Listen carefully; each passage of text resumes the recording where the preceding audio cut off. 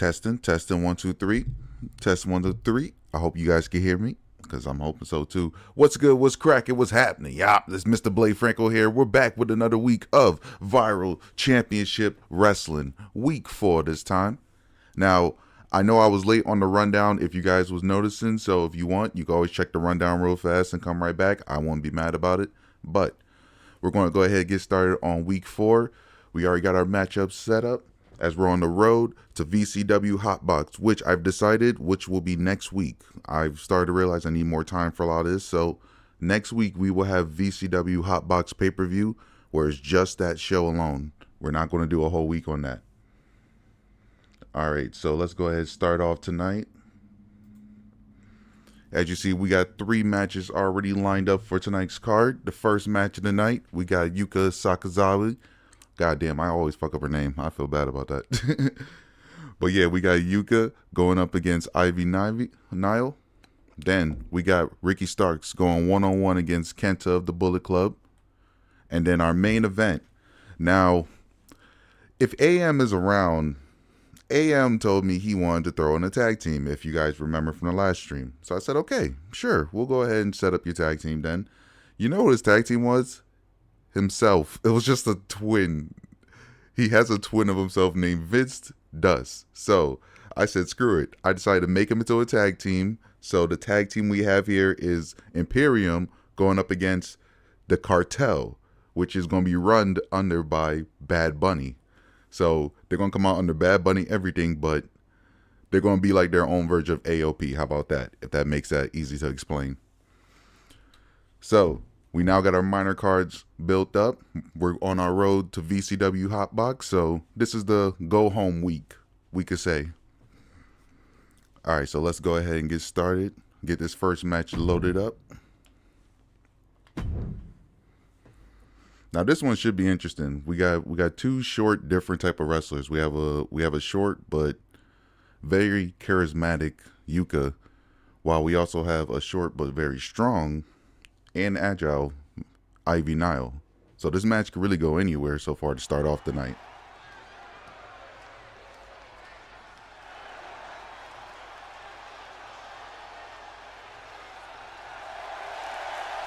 The following contest is scheduled for one fall. Making her way to the ring from Japan, Magical Girl Y Suzuki. I respect it. The Magical Girl, Yuka Sakazawa. There we go. I got it right. I got it right for once. Don't expect that from the rest of this. She's just going to be called Yuka, because that's the only thing I can pronounce without fucking up. Yeah. And yes, I cursed at the beginning of this. You ain't stopping me. But yeah, I'm just very energized, very ready. I was make sure everything was set because, like I said, last minute I finally put out the rundown. So I just had to make sure everything was prepared, and I got everything just right and gave me a little bit of time to get ready. So this is gonna be a good start off for tonight. And from Knoxville, Tennessee, Nile. Ivy Nile making her way out. So far, Ivy Nile has been making a good showing in the past week of VCW. I don't know how far she's going to go, but so far I'm hoping with her getting on the minor show, getting her reps in every now and again, it should get her more elevated up to the main roster and, of course, get up to a title reign if she could. But one step at a time, you already know. Now, I have thought about it. I don't have her 2 members, the Creed Bros, a part of VCW. So I'm thinking maybe I would throw them on the roster. But at the same time, my tag team division is kind of stuffed up already, especially with the addition of the Cartel. So we will have to see if I could throw them in. If I can, cool. If I can't, oh well. But all right, let's get this started. Ooh, match begin with Yuka just getting right onto her opponent. Oh, why she just did? Oh, see, now that's just rude. Just grabbing somebody by the nose and slapping the shit out of them. I mean, but then again, that's a good way to get your presence known. But as you see, Yuka's already starting off strong in this match, putting on straight damage onto her opponent. Oh, let me get down the music real quick. My fault. There we go. Hopefully Ivy Nile could try to find a way to fight back, because right now she is getting worked on by Yuka.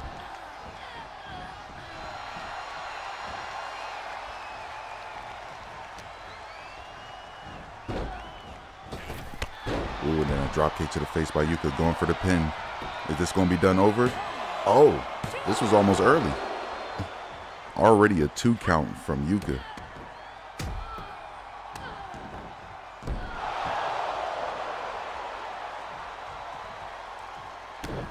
Yuka now kicking the head of Ivy Nile. I don't know what's going on with Ivy right now, but so far she's just taking a beating in the beginning of this match. Like, come on, my girl, fight back. Fight back.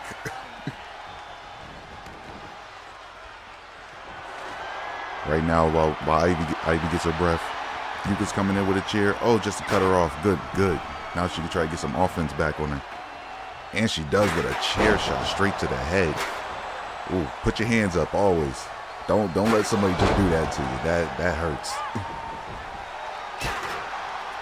Ooh, all right. So far, they're going into a back and forth. So it looked like those chair shots really helped her out.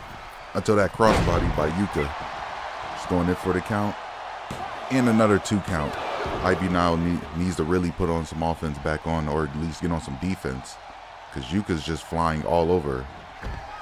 Uh-oh, she's on the top rope. What she's going to do? Diving elbow to the back. You know that had to hurt. And that was onto the concretes. That was a long fall.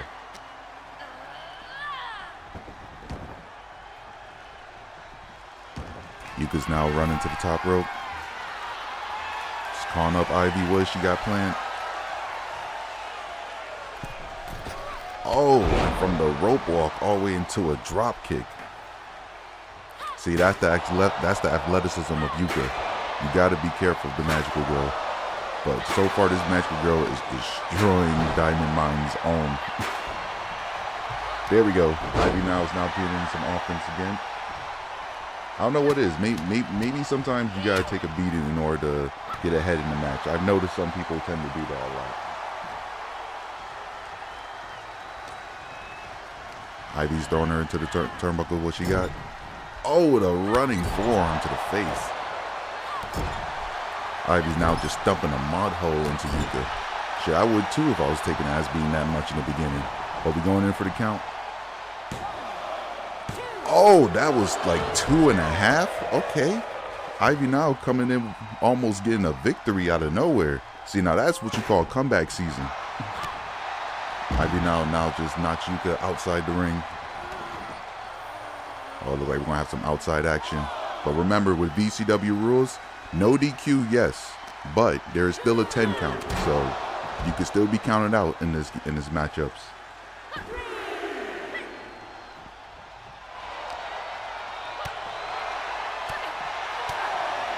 Ooh. These two are just beating the mess out of each other right now. Wait a minute. Yuka's giving Ivy now her own submission. But she can't tap her out on the outside. So, you know, this is just devastating pain that's just going to linger on. But that's got to be humiliating, getting your own submission put on you. Either way, she was able to get out of it, which was good. We're getting up to now a 7 count. Ivy's now running back in. Yuka better hurry up and make it back in. Wait, never mind. It looks like Ivy decided to break the count. Just for Yuka to catch her with a running crossbody.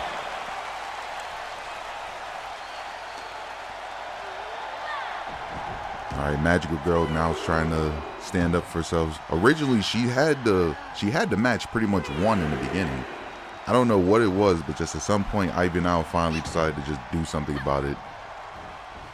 But so far, it looks like Ivy now might be the better competitor in this matchup right now.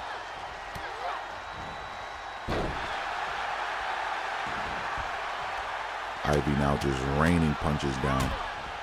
Ooh, and a kick to the gut. Now she's going in for the pin. All right, just another 2 count. Okay. The one thing I've always loved with these VCW matches, oh, that was a nice capture suplex, my fault.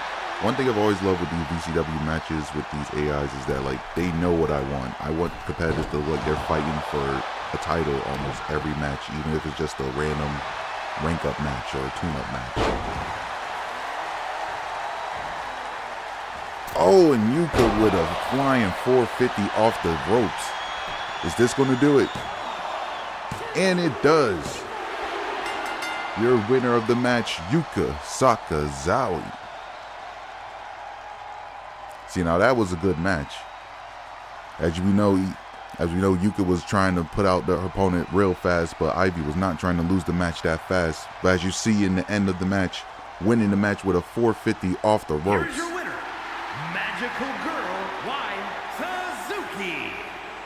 See, now that was a quality match right there. A fun way to start off VCW. All right, now we got the showcase from the women, so now we're moving on to the singles competition with the men here on VCW Roadshow. But congrats again to Yuka. If you guys liking this, please like, subscribe, follow, share with your friends, let them know, because I'm on here for about like a good 3-4 hours. We got 3 shows, and right now the minor show is running off pretty good right now in the start. Also, hit me up in the chat. I'm about to say I'm always welcome for everybody to chat, add in some info on the show, have some fun, join along.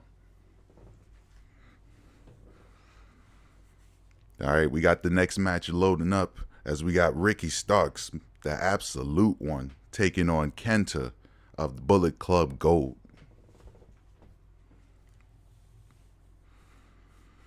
Now, these are 2 other competitors who's been going real hot lately, so far, let's see who's going to come up with another victory to continue their streak here at the minor show.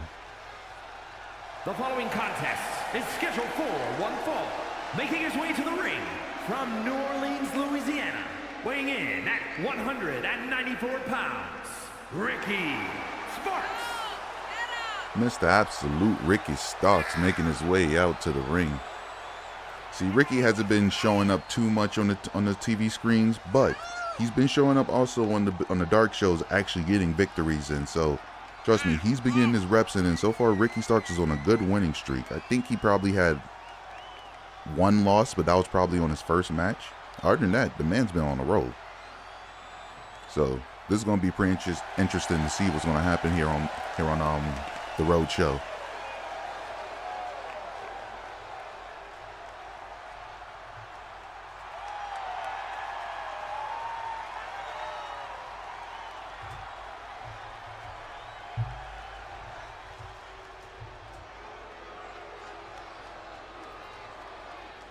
And his opponent, representing the club from Tokyo, Japan, weighing in at 187 pounds, Kenta.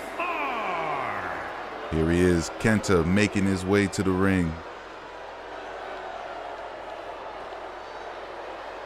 Now, Kenta, we all know what Kenta's all about. Strong strikes, very precise movements, sometimes a very slick submissionist. But one thing for sure, Kenta has always shown to be a vicious opponent. One of his last showings was definitely against Trick Williams, which he put Trick Williams down. I gotta be real. I thought Trick Williams was supposed to come in and whoop that Trick. Instead, Trick got whooped like a trick. Now that's some shit right there. But let's see what's going to happen tonight. Is Kenta going to get a victory to continue his streak going? Or is Absolute Ricky Starks going to show out like he always do?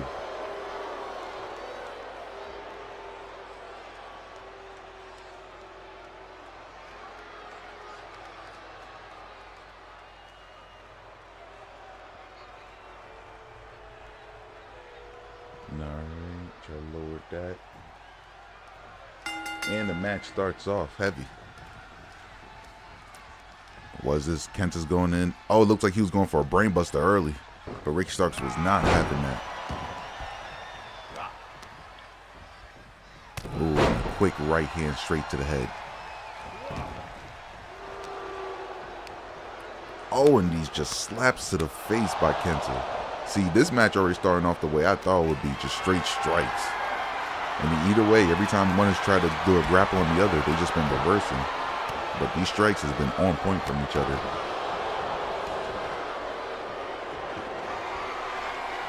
Kenta's now getting the table. What do he got planned? Oh, and he hits Ricky Starks with the table. I'm still waiting to see when someone's going to finally set up a table and go through it. So far, people has been just slapping each other with tables, and that's the most they've been doing. Somebody got to go through a damn table now. Oh, but Ricky starts, ooh, with a DDT on the outside. See, we got to be careful. There's going to be a lot of concussions after tonight. And Ricky Starks now coming from the other side, coming in from the 5 count.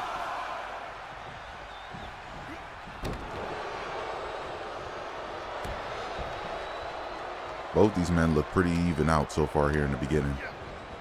It's kind of difficult to see who's going to get the full like victory in this match. But it's always possible, you know, make a guess of everything. As you see, Kenta's on the outside already taunting his opponent. As Ricky Starks starts to get bothered, Kenta comes in with straight combinations. Oh, and dropping him on his head with that Saito suplex. Now going for the count. Oh, ref, what are you doing? I don't know what the ref was on, but the ref should have been counted. That was like a 2 count, maybe a 3. But so far only a 1 count from the ref. Oh, and Kenta now delivering kicks to the face.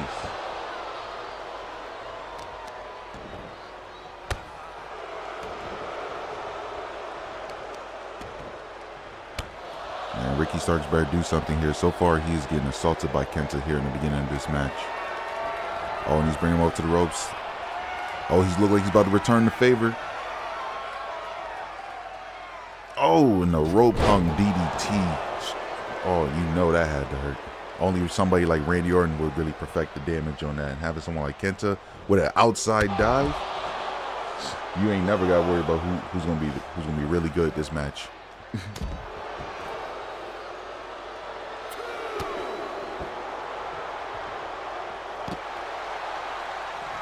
Both men seem to just miss each other right now. But Kenta continuing the assault.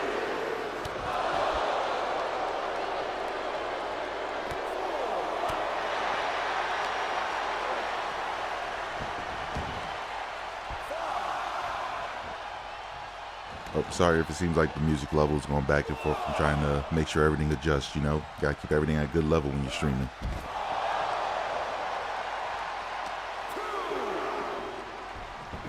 All right, finally from coming in from the outside. Both these men are now back in the ring. Oh, look like Kenta's trying to set him up for something. Is this going to be the GTS? No, it's reversed into a reverse DDT by Ricky Starks. See, that's good awareness by Ricky. He knew that GTS was coming at him. There's only 2 people that can hit you with the GTS and always be effective. CM Punk and Kenta. But Kenta look like he's still trying to stay on him. We don't know what Ricky's going to do, but so far I feel like Kenta might win this match tonight. As he sets him up once again for another rope hung DDT. Ooh, Ricky looks like he is out while Kenta's just soaking in the damage. But Ricky like he's trying to come back. And he does with 3 clotheslines as he goes in for the pin. Is that going to do it? No, wasn't enough. But it was a valiant effort with a 2 count.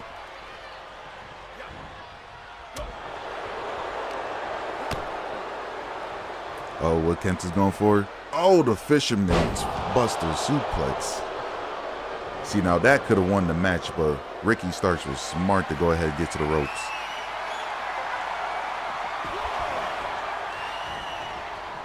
Kenta was going after Ricky, but Ricky now making Kenta just run.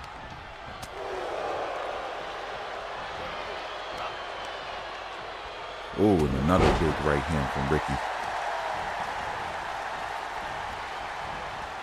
You have to love the atmosphere here in VCW. Every time you just think it's going one way, it always just turns into another, and that's what wrestling's supposed to be.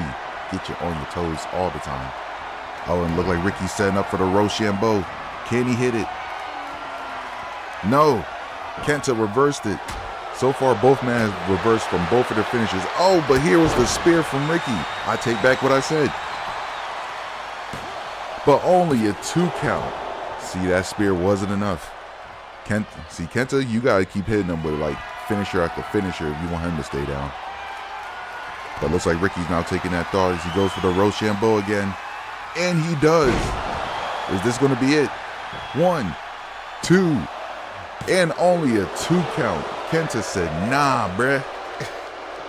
I don't know what Ricky got to do here. So far, the spear didn't work for him. The Rochambeau didn't work for him. And those both are his, like, biggest moves. Oh, and the flying crossbody from the top rope. See, when your biggest moves don't work, you guys just start improvising. You guys start doing things you normally wouldn't do. Now Ricky just tearing at the face of Kenta. Looks like the aggression is now just getting in a little bit more.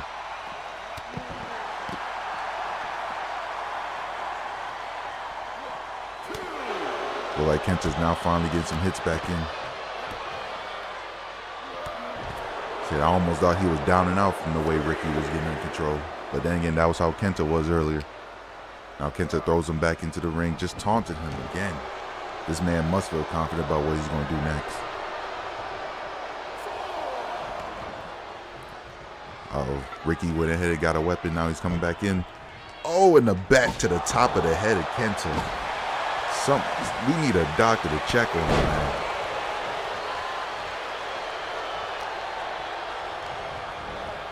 Ooh, but Kenta look like he's all right, though. He's still standing tall at least. All right, he threw Ricky onto the ropes on the outside. What's he planning? Oh, and a drop kick on the Ricky, launching him to the floor.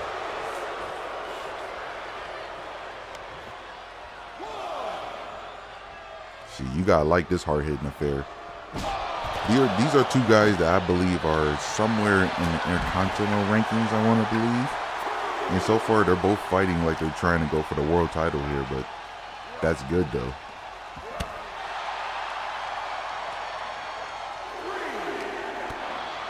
Hopefully these men don't stay on the outside too much. They've been in and out of the ring so much, I'm thinking it might end into a count out. Oh boy, Kenta's going for it here. Oh, and he's going for a crossface on the Ricky. As Ricky starts going to tap out. Nope, looks like Ricky broke out. Probably a last minute resort.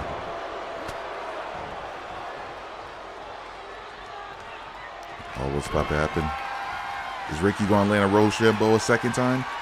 Nope, Kenta reversed the second time. Oh, and a standing neck breaker. What's Kenta going here? Look like he's going to the top rope. What is he going to do? Calls up Ricky. Oh, and a flying cane-style clothesline onto Ricky Starks. Looking like that might be it. And it is with a flying clothesline by Kenta, your winner of the match. See, I had a good feeling Kenta was going to win this, but Ricky was convincing me different for a second. But at the end here, you see when Kenta came with this flying clothesline, that just took out Ricky completely from the match. But that's always a great affair. Congrats. Here is your winner, Kenta. Congratulations to Kenta of Bullet Club. One thing I've noticed so far, every week I have booked the Bullet Club on the minor show, they have always won. Kenta has always won his matches. The Guns, if they have a show on the minor show, they have always won their matches. It's like, I think this show might be for them. So, who knows? If this keeps going, I might have to take them off. What if Adam Cole is the devil? You know? I always thought that about in AEW. I was thinking, like, what if Adam Cole was the devil? Because I mean, he has a good bias. He's not sitting around wrestling. He's just resting, as he says. Plus, he's been dealing with everything with Roddy so much that it's hard to really believe if it's him. But here's a better theory, and I know I'm sidetracking from the show real fast. Here's a better theory. What if it was actually Britt Baker? And Britt was being the devil because she's doing this to try to break Cole and MJF apart, which is the other reason why the tag titles are still being together rather than separated, because normally they'll be separated if an injury happened. They haven't been separated, so they kind of could give away something. But who knows? Who knows? But getting away from the AEW talk, we got to get back to the VCW talk, as we're now at the main event of the minor show, as we have Imperium's Giovanni Vinci and Ludwig Kaiser going up against a new formed tag team of AM Dust and Vince Dust. The Cartel.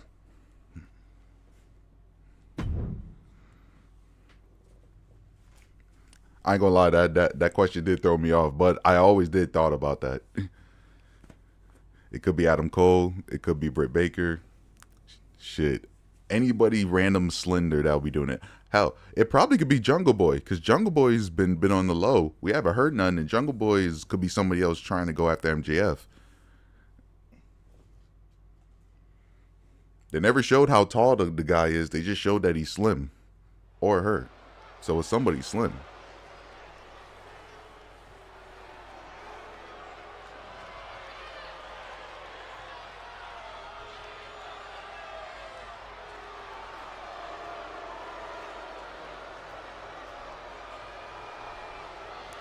And here we have Imperium. Don't worry, I'm gonna get the music back up. Actually, had to hide it away for a second.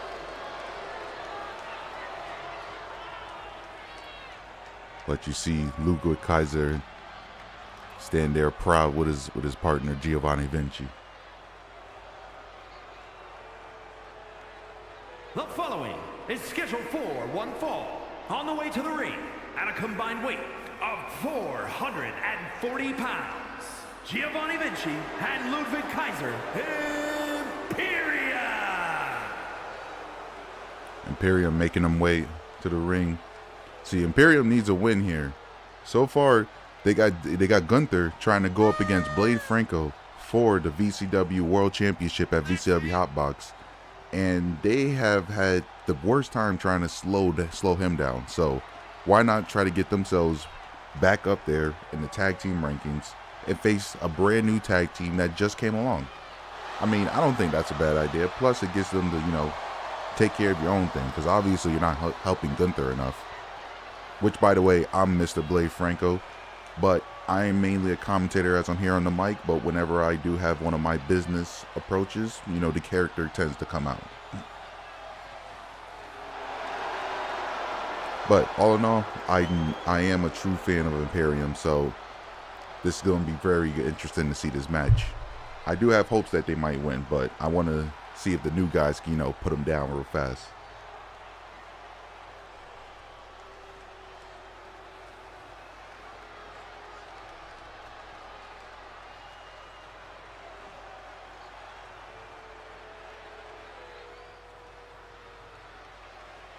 Oh, in the black and white? Okay. A note, they would be coming out with Bad Bunny's music if it wasn't copyright, of course.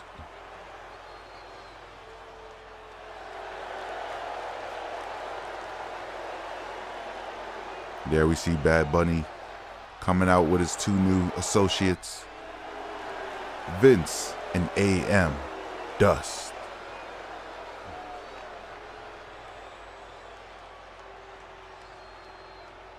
And their opponents, accompanied by Bad Bunny at a combined weight of 1,000, the Cartel. They're at 1,000 pounds, my guys. 1,000 pounds.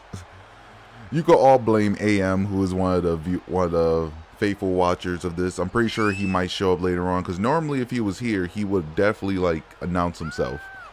But he's always could backtrack, you know, check out his wrestlers. I feel like this is a good idea. Two big guys, of course, give them the AOP style entrance. Big man tag team.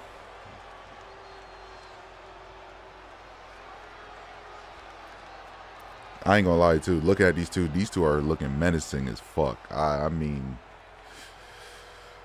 all luck to Imperium, but I might see somebody that might need a matchup with probably the Wyatt family down the line if we're going to keep having these two big men and be in the division.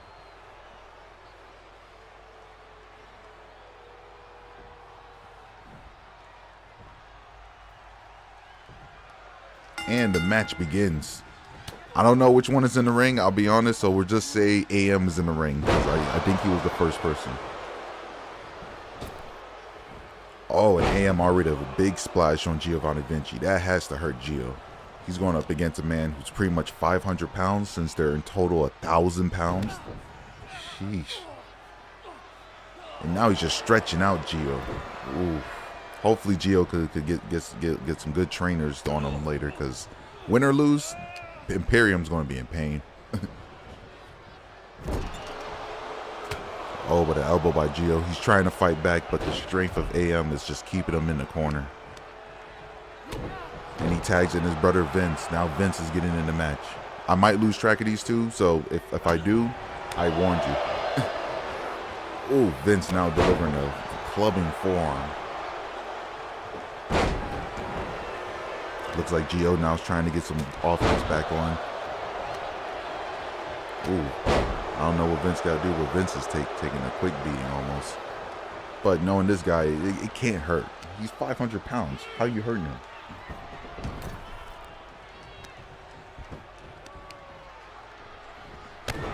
All right, but they're starting smart, trying to cut him down low. Gio now tags in Ludwig. Oh, and Ludwig with a crossbody off the ropes, going straight for the pin. And a 2 count. He almost seemed to take out this team here. Remember, Imperium's the more advanced team, so I'm not going to be shocked if they find a way to win. It's just going to be a hard-fought battle with these two giants. And I'm not trying to keep putting them over, but what else am I supposed to say with these two new guys? I don't know where they came from. They just, from what I remember, they're from London, England, and they showed up just randomly here. AM showed up last week for a one-on-one match, and he debuted against another debuting star, the Punisher, which the Punisher won. So AM said, hey, I want to be in the tag team. All right, who's your partner? Here you go. Vince does. I'm like, all right, cool. He got his brother, so I ain't too bad. I looked him up. His brother's literally his fucking twin. So since he decided to have a twin, I said, screw it. This is what I'm doing. I'm just going to bring them both in, and I'm going to give them a shot. I didn't tell them what tag team they're going up against, but they're technically going up against the lowest ranked tag team. Imperium is weirdly the lowest ranked tag team, which is why this match is set.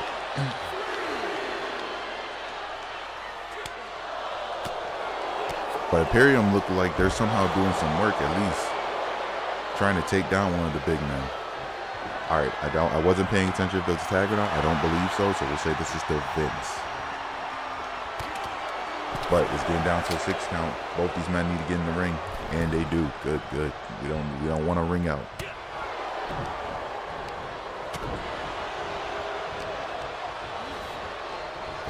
Oh, and a big power slam from Vince. Look like Vince is going in for something big here. Oh, a German suplex.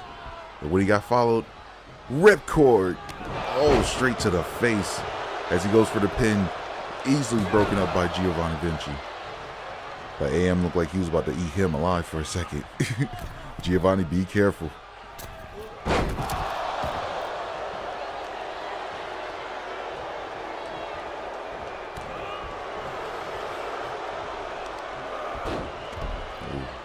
Alright, so looks like now we got Vince putting him back on the offense, picking him up from the ground just to put him back down with that running power slam. Shit, I can say this. It looks like it's definitely going to be a hard night for Imperium. But that's not holding them back. As you see, Giovanni Vinci still trying to put up a fight. Oh, but these backbreakers. That's easily a way to break a rib, honestly.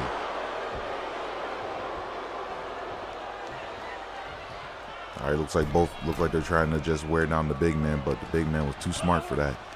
Throws him off the ropes. And another power slam. I don't know what Gio needs to do here, but he is not able to get to his tag team partner, as he just keeps getting assaulted here by the big man. And now Vince taking it to Ludwig on the apron. Uh-oh, what's he planning on doing? Oh, and a back suplex onto the apron. His back is destroyed, bruh. Ludwig trying to come in for the save, though, with that European uppercut to the back of the head.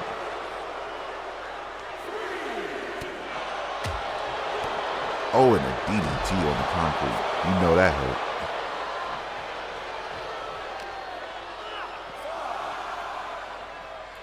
All right, as all the men are outside, what they doing here? Oh, he just tossed Ludwig straight into the barricade.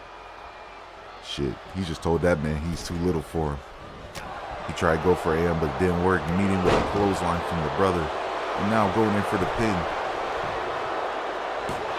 Luckily enough, Gio kicked out at 1. I don't know how he did it, but that had to be some last minute resort. Now AM coming back into the match. Now remember, this is a fresh big man too. But Gio's not. Oh, he picked him up. Wow. The strength of Giovanni Vinci is unmatched. But only broken up at 1 thanks to the brother breaking it up. Vince got tossed to the outside. Is now AM just looking, taking out the match. Oh, that was a beautiful moonsault from Giovanni Vinci. I'm amazed he didn't go for the pin, but I think he knows it ain't enough. But comes in with a running drop kick. He's now putting the fight to AM. I don't know what AM got to do here, but he needs to somehow use his strength. Oh, and a mention of the driver. Is this going to be it? And just a 2 count. Almost putting away the big man. I don't know what's going on here, but something needs to turn around in this fight.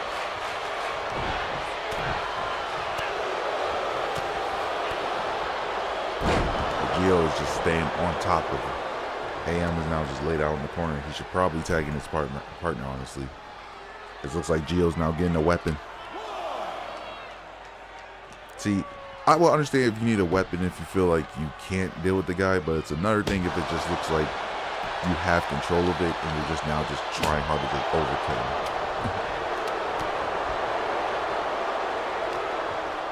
Oh, but AM tossed him across the ring. Just like another ragdoll. You know that had to hurt.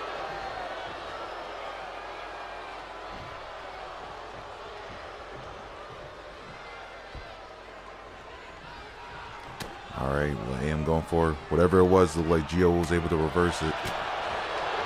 Oh, and delivering a straight uppercut to the big man. So far, there hasn't been any tag team maneuvers, but this tag team match is really going at it. As Gio going in for the pin, Vince comes in for the save. But Gio looked like he ain't happy about it, but Vince said, I don't give a fuck. As you see Bad Bunny in the corner, Bad Bunny must really be worried about his guys. It's like they somehow had control of the match and now Imperium just taking over them. Oh, and a hockey stick straight to AM on the outside. But Vince said he ain't having none of that.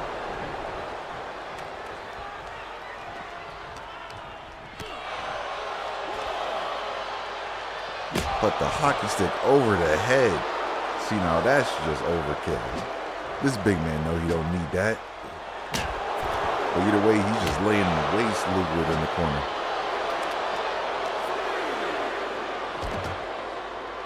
All right, now both the brothers are now just taking control of Luka Kaiser. Oh, he drops him straight onto the floor. I don't know, it might look like a count out here. Let's look at what Kaiser gets back in the ring. Oh, never mind. The brother decided to break up the count. Shit, I'm happy about that, honestly. I don't want no count out victory in this. I want all the matches to get into a decision. But a big splash on the outside after breaking the hockey stick over the head. You know that had to hurt.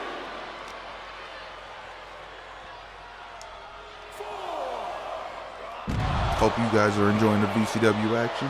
As you know, the VCW action is going to be going on for a good long time for tonight. After the minor show, of course, we have the all-women's show as we're on the road to VCW Hot Box. And then after that, we got the all-men's show. And then, of course, we just chill out for the night. As we now down to an 8 count. Can the brother get back in the ring? Wait, who's the legal one? Okay, the legal one is running. There he goes. He made it back in at the 8 count. And another power slam on Luke. So far, I don't know where this match is going to go, but this tag team match is definitely going.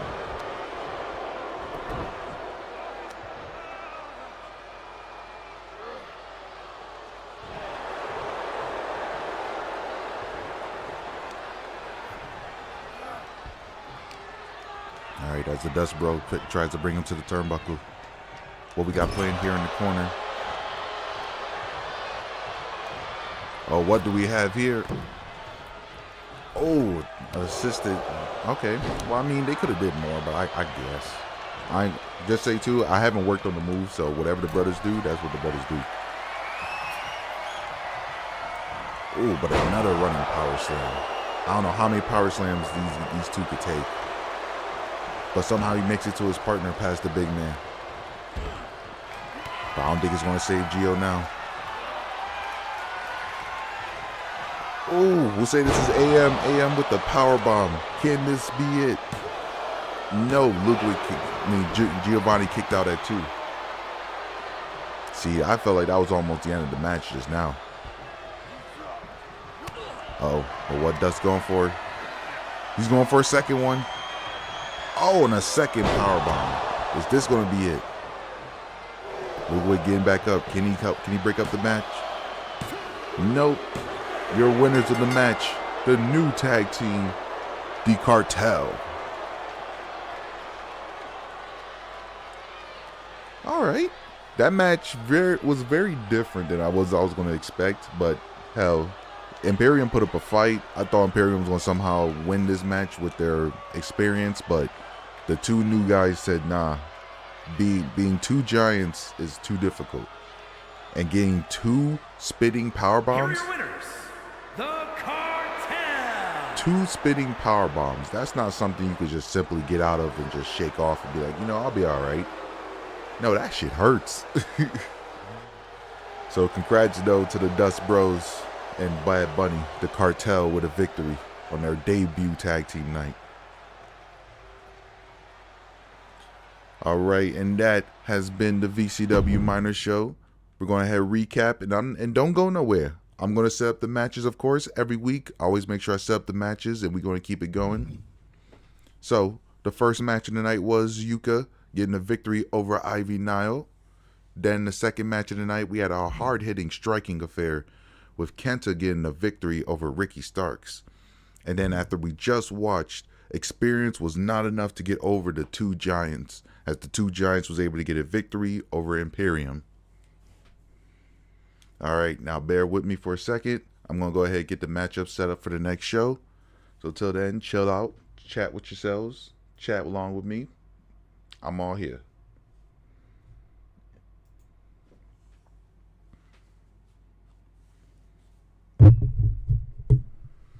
But what y'all think of the show so far? Leave a comment in the chat or anything. Let me know what y'all think of the show so far. What you think of what happened.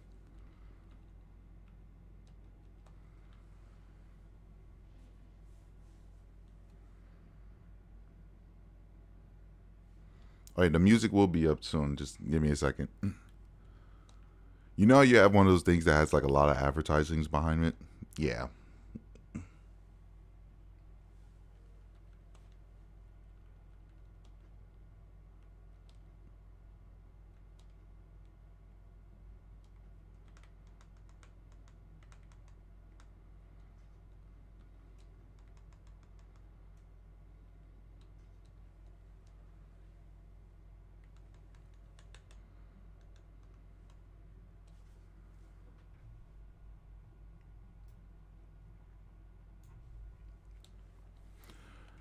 But like always, I'm going to let you know the first matchup of the night for the women's show will be a 3-way dance between Toni Storm, Shayna Baszler, and Kairi Sane.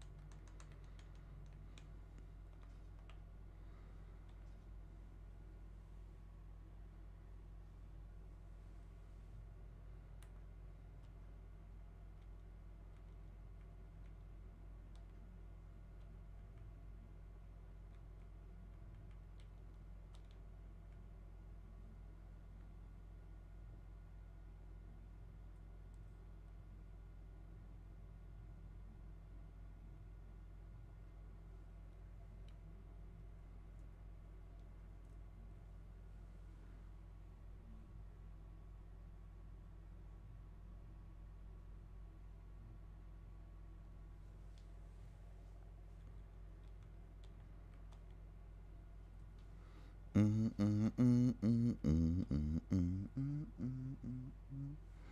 like I said, how everybody doing out there? I know a lot. I know a lot of people left out in the middle of it, but I know it happens. Though it happens. But we're here for the long run, so hopefully more people come back as well as others show along. Shit, this is all mainly for fun, but man, you gotta have fun when you live in this life. If you ain't having fun, what's the point?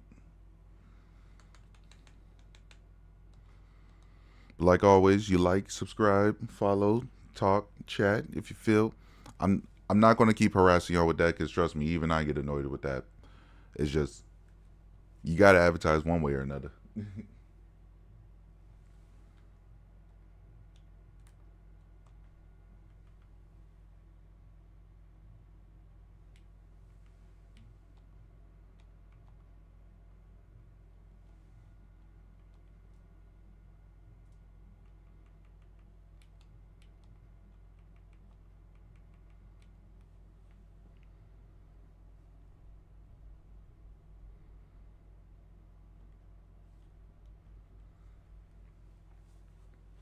But alright, I'm just about done putting the matches together. I just got two more matches real fast, and then we should be good.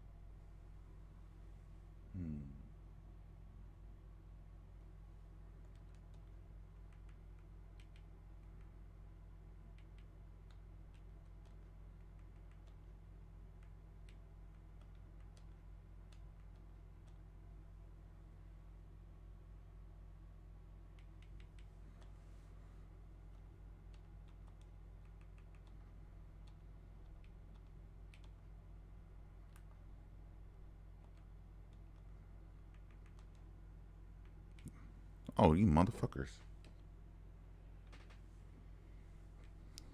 Alright, about to say, I almost have it ready. About to say, you ever know how in the game you always have a certain setting and they always just turn it to something else for some weird reason? Yeah, it's one of those moments.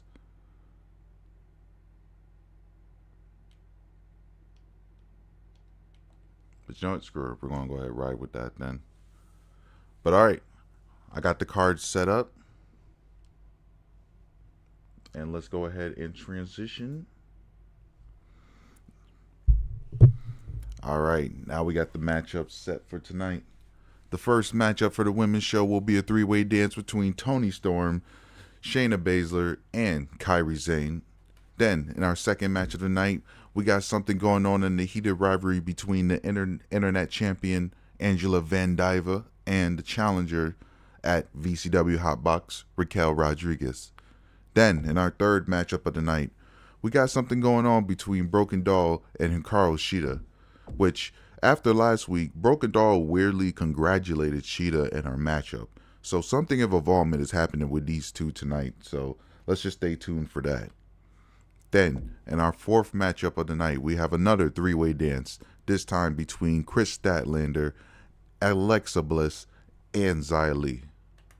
And then in our main event, we got something going on between Rhea Ripley, your VCW Women's Champion, and the VCW Hot Box Challenger, Charlotte Flair. Now, like always, if I could always show what I do want to do with them, I could, but it's you know how this game is. So we're gonna go ahead and hop in and start off with a three-way dance. Get warmed up for tonight.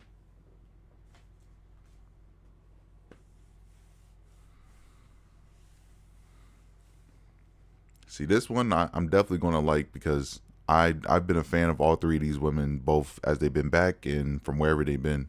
Kairi been doing damage in Japan. Shayna Baszler is finally being recognized as an actual beast again. And then Toni Storm just showing out with this new timeless lifestyle. It's amazing.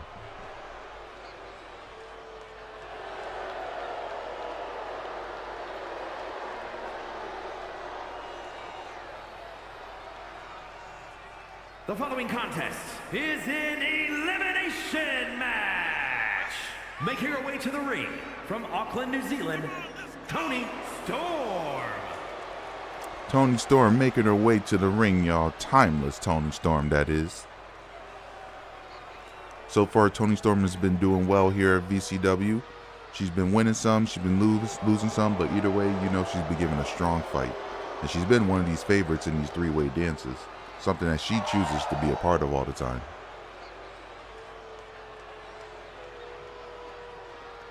But I can't wait to see how she's going to do in this match against her two opponents. Her two opponents is going to be way tougher than her normals.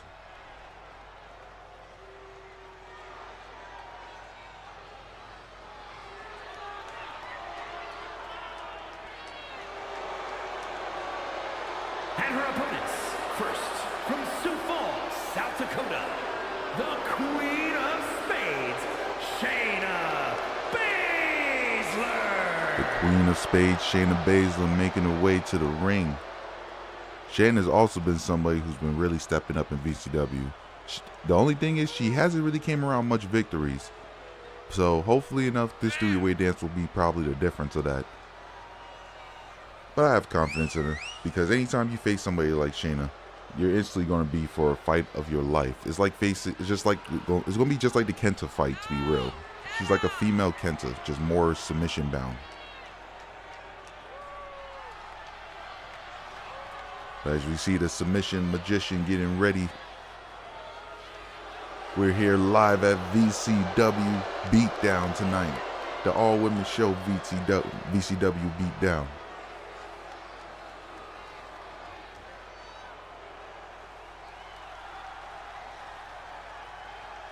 And from New York, Kairi Sane. And here comes the last opponent for tonight, Kairi Sane, the Pirate Princess herself. Nah, I ain't gonna lie. Like I said, I'm happy that she's back in WWE. I really like what they're doing with the damage control thing. So far, attacking literally everybody, setting up the women's War Games match.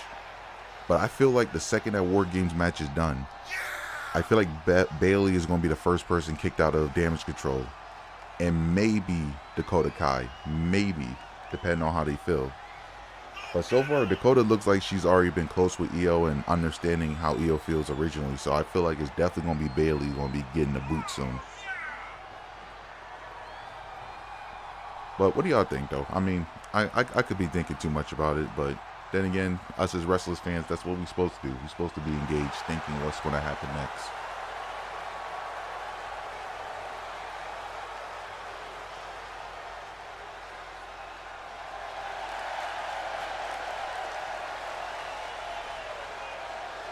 Pirate Princess is looking confident tonight. Speaking of that, I'm thinking, isn't AEW's pay-per-view tonight? I need to double check that. Because one thing for sure, I'm making sure I try to catch the pay-per-view. I'm not going to end it early for the pay-per-view, but the second this is done, I'm keeping eyes on the AEW pay-per-view. But the match already begins in this three-way dance. Toni Storm now facing off with Shayna Baszler. Ooh, but Kairi Sane coming out of nowhere off the ropes. I always like how these three-ways start off. These three-ways always start off with every person in the match always trying to get the advantage.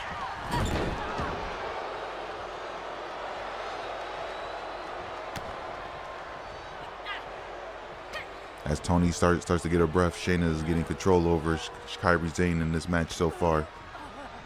I want to turn down the music real quick on the phone. There we go. I want to slap by Kairi. All right. I know myself. I always like to bet and see who's going to win this match.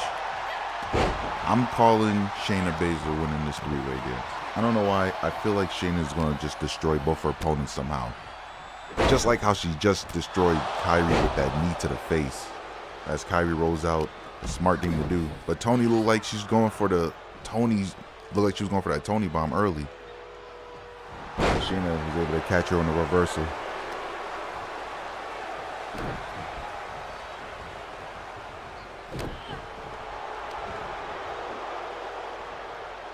Oh, but Kairi catching her with a Hurricanrana. But only for a 2 count. We almost had the first elimination. And the first elimination was going to be the person I was hoping to win. Come on now.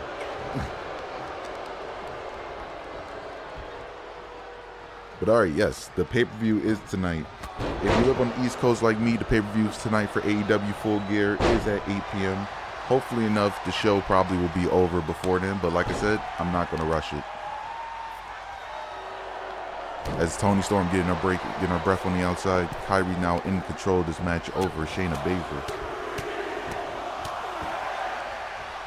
Oh, just for Toni to come running with a punch to the face.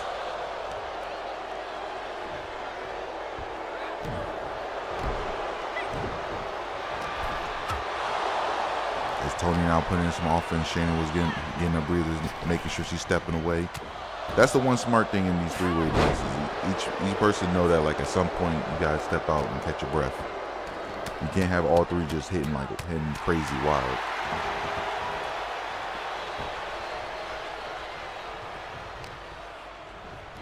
Oh, but that was a nice float over DDT. Well, not float over T. That was a turnover DDT. I'm sorry.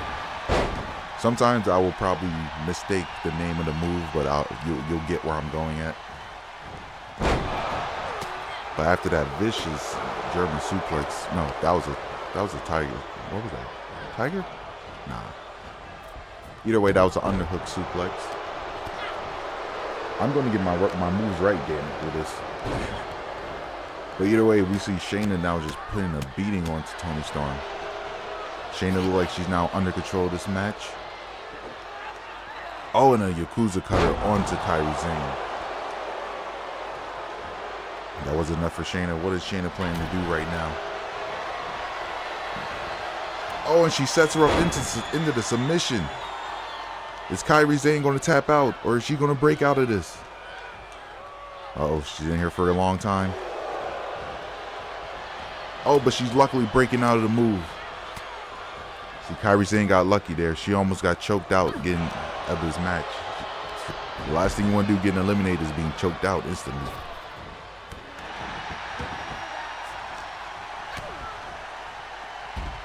But somehow it looks like Kairi got new life. She's now putting on offense on both her opponents. Oh, and another nice DDT on Toni. Oh, but Shayna with a jumping knee onto Toni. I don't know what it is, but it's like these two women are trying to keep so much control of the match of each other. They're not trying to let Toni Storm get anything. But as I said that, there was a pile driver on the Shayna Baszler. Is this going to be it? Nope. Shayna was able to kick out. See, now that was a devastating pile driver. The last thing you want is any type of pile driver just dropping you. But it is time for our fake-ass sponsor of the show, where I say a sponsor that I'm never really sponsored by, but I just say it for fun. Today's bullshit sponsor is Lay's. You hungry? You need some chips? Lay's got the quality chips that you need of all kinds of flavors, almost hundreds, and just unique ones, from limited editions to the simple ones like plain and sour cream and onion, or my favorite, salt and vinegar. But back to this match, Toni Storm put down Kairi Sane. Will this be it? No, Kairi Sane was able to kick out of the match. I don't know what it is, but it seemed like every time Kairi looks like she's about to be the one eliminated, she somehow comes back with just this fury of offense, like the pain rejuvenates her almost.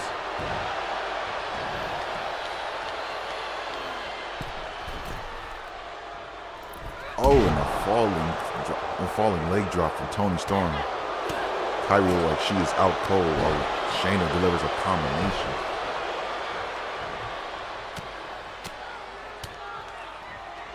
And Shayna now just raining punches down on Toni. Hopefully she don't get glitched in the corner. The last thing we want is anybody getting glitched in this matchup.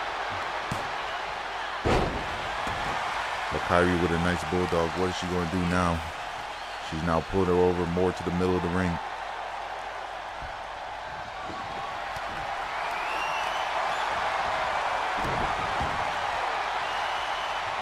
Tony has a bat. I don't know who Tony's going for, but she is ready to hit somebody. Oh, she broke it up just to knock out Kyrie with the bat. But Shayna looked like she's getting advantage of this match. And she sets up Toni Storm into submission. Is Toni Storm going to tap out, or is Toni going to break out of this? And Toni looks like as a last resort used the resiliency to get out of this. That was probably that definitely had to be a last minute effort, because you can tell Shayna was going to choke her out in this match. Oh, but a running knee to the face of Toni. But Shayna now working on the arm of Kairi Sane. But Kairi is not happy.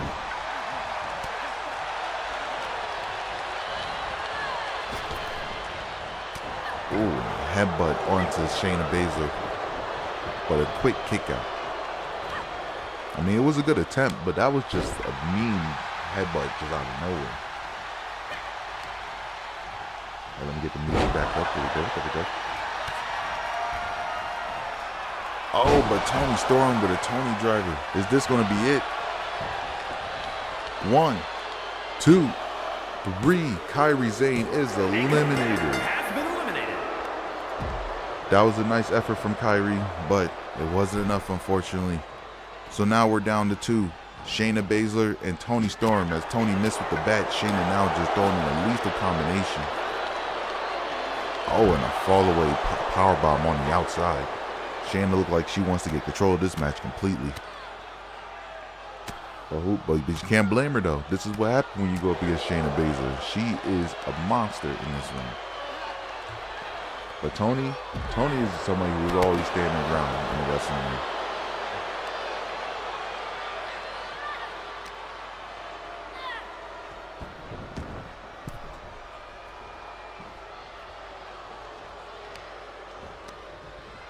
All right, look like Toni's now turning the tide a little bit, trying to keep Shayna down.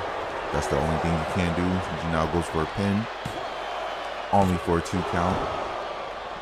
Come on now, a kick to the gut ain't going to be enough for someone like Shayna. You got to hit her with something harder. Whatever she was going for got reversed into a flying Superman punch by Shayna Baszler. And look like she's setting up for that submission again. Yes, she is, for the second time now on Toni Storm. Can Toni break out of it? Nope, as we thought that last time was a last minute resort, because your winner of the match this time, Shayna Baszler.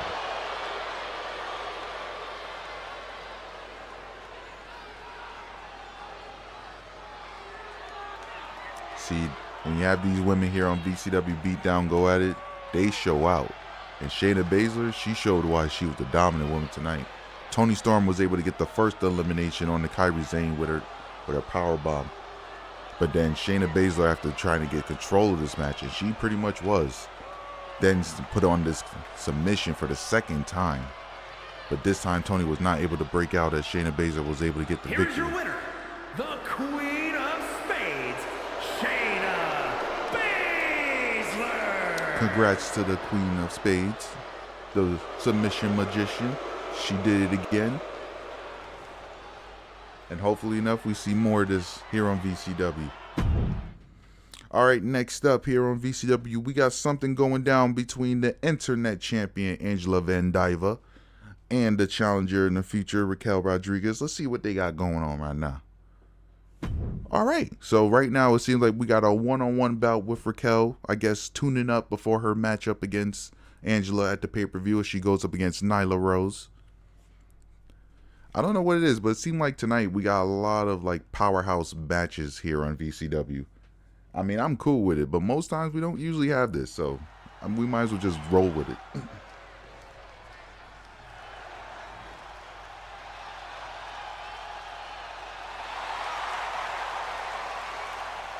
The following contest is scheduled for one fall. Making her way to the ring from Rio Grande Valley, Texas, Raquel Rodriguez. Raquel Rodriguez. Earlier on in VCW, I think since week 2, she had earned her spot into a championship bout at VCW Hot Box for the Internet Championship. Raquel so far has been winning all of her matches, showcasing why she has deserved her spot.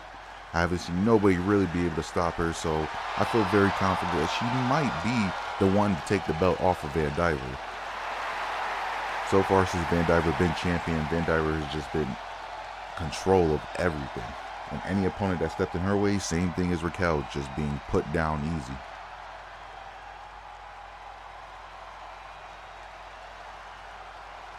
But let's see what her opponent could do against her tonight. Maybe it'll be different because we now got the native beast, Nyla Rose, making her way to the ring.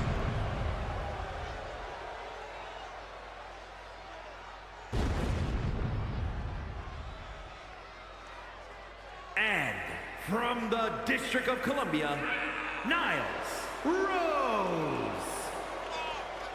So far, Nyla Rose has been having a rough start here at VCW, but hopefully enough, maybe this match will make a difference for her as she's going up one-on-one against a #1 contender right now.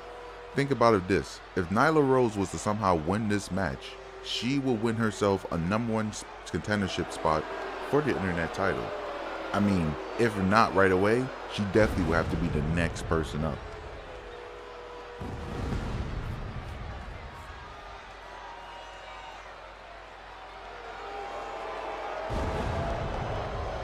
As Nyla looks confident in the ring, looks like we're going to have a very interesting match tonight.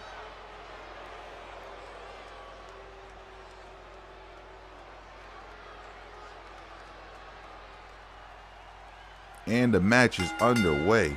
Both women meet in the middle of the ring. Nyla Rose getting control in the combination, giving her a headbutt. And another one. So you gotta watch out. When someone likes to headbutt you, you know that shit's gonna hurt a couple of times more than normal. But Nyla Rose is keeping control, trying to get a victory in this. Like I said, she has been on a losing streak here in VCW so far since she came along, so she pretty much needs this victory tonight. But it looks like Raquel now getting control of the match. Oh, just for Nyla to just splash onto her. You know that had to hurt. Normally Raquel has no problem lifting up people, but I guess there's a big difference with Nyla Rose.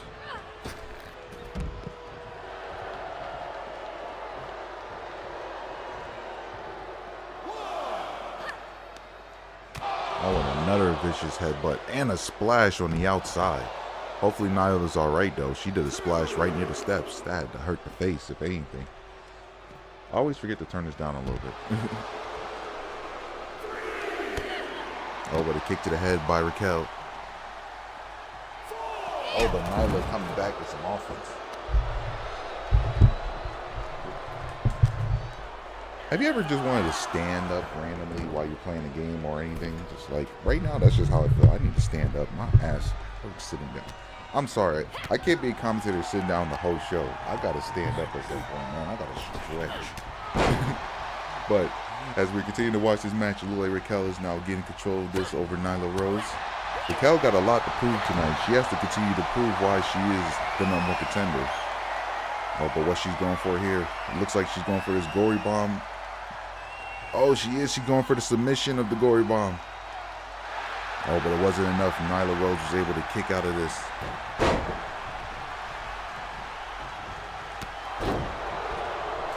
But Nyla Rose now with some interesting offense. Look like she wants to get a quick victory. But that wasn't enough. You need to do a lot more to take down Raquel.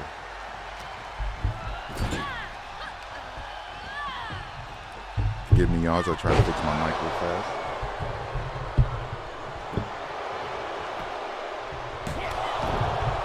All right. Test, we good? We good? All right, we Gucci.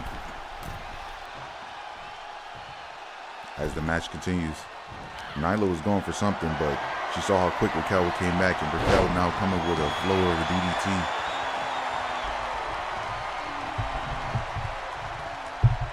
The big Texan looked like she really want to get control of this matchup. Oh, and a quick arm drag takedown. This match looking back and forth now as they're on the outside, but when usually was on the outside, that's usually when Nyla has a good control of the match. So Raquel got to be very careful fighting on the outside against Nyla Rose. But Nyla's now on the top rope. What she got planned? Oh, she was going for a diving senton while the opponent was hitting it? I don't know. But either way, Raquel was able to capitalize as she's been delivering the combination back onto Nyla Rose. Ooh, and a big drop and a big elbow drop onto her.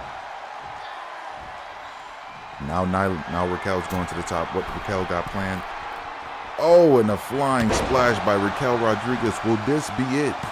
No, just a 1 count. But like she got to do a lot more than that. Nyla Rose was not trying to go down easy again. Oh, but Raquel with that 1-arm powerbomb looking like she's ready to put away this match. But only a 2 count. Nyla Rose was not trying to be taken down that easy. Raquel looked like she got to do a lot more than that. That tequila bomb was not enough.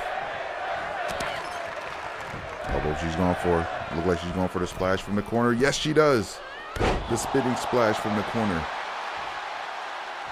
I'm amazed. I thought she would went for the pin to finish it off, but I guess she has to do some more. I would have went for the pin because I thought that would have been it. Either way, Nyla was able to capitalize from that small mistake as she's now building an offense again.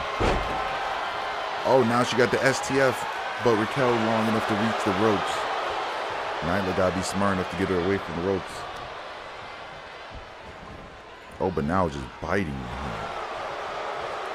Look, don't be careful biting. Don't be biting hands, y'all. Not for the fact that, like, of course, it's painful, but don't be biting hands because you don't know what germs are there on those hands. But Nyla was able to capitalize with the senton on Raquel. What does Nyla plan on do from here? Oh, looks like she's going for the pin. And Nyla Rose, she ended her losing streak, defeating the #1 contender for the Internet Championship. So we'll definitely say in the future, she definitely placed her spot for the Internet Championship in the future, getting a victory over Raquel Rodriguez. Sheesh, that has to feel bad for Raquel. The last thing I was hoping for was to run into that problem tonight. But hopefully this doesn't affect her momentum into her title match. I'm pretty sure Van Diver saw that match in the back, and Van Diver is now proud to know that she's going into a match that she probably is going to win easily now. But we don't know. All luck to Raquel in the future. Now let's get on to the next match. Okay, so we got Hikaru Shida with Broken Doll in her corner going up against Asuka. Now this is kind of interesting because, like we said in the last week match, we don't understand where this correlation is coming from.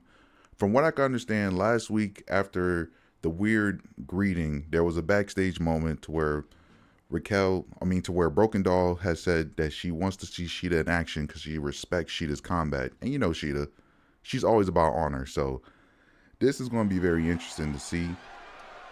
Hopefully she's going to be cool with her in her corner. Maybe not. I don't know. But let's see what happens with Broken Doll in the corner of Shida, who's already been on a hot winning streak of late. The following contest is scheduled for one fall. Making her way to the ring, accompanied by the Doll from Japan, Hikaru Shida. As Shida makes her way, like I said, she has been on a winning streak since being here in VCW. So I'm pretty sure if anybody in the future is planning on challenging the VCW Women's Champion, it's probably going to be Shida. But I don't know what's going on with Broken Doll here. The partnership seems very strange since there's like no real motive. It's just she respects Shida so much that she wants to watch Shida up close in action. I definitely say Shida should definitely watch over her shoulder in this match, even though she has Doll in her corner. But who knows?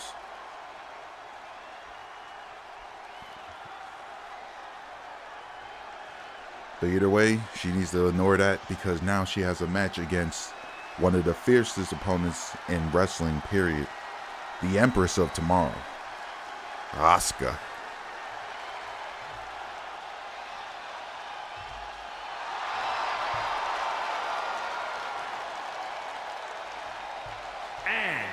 from Osaka, Japan, Asuka!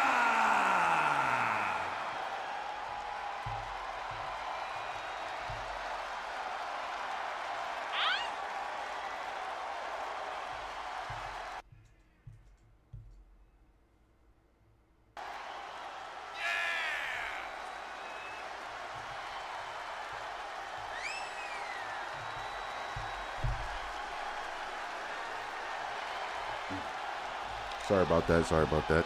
I'm one of the people that, like, I got all my ideas set up on like a Google sheet, of course, like a lot of people would, so I had to do some updates on it real fast. But either way, we see Asuka always ready for a fight. Either way, this is going to be a good hard-hitting battle. We're going to have two of Japan's strongest women going in a striking battle tonight, as Asuka's going up against Hikaru Shida, which I'm pretty confident these two had to have run into each other in the indie circuits. But either way, we getting the match started, and they're starting off hot with Shida running with a Hurricanrana onto Asuka. Oh, and Shida with a lethal combination onto Asuka, but Asuka returning the favor.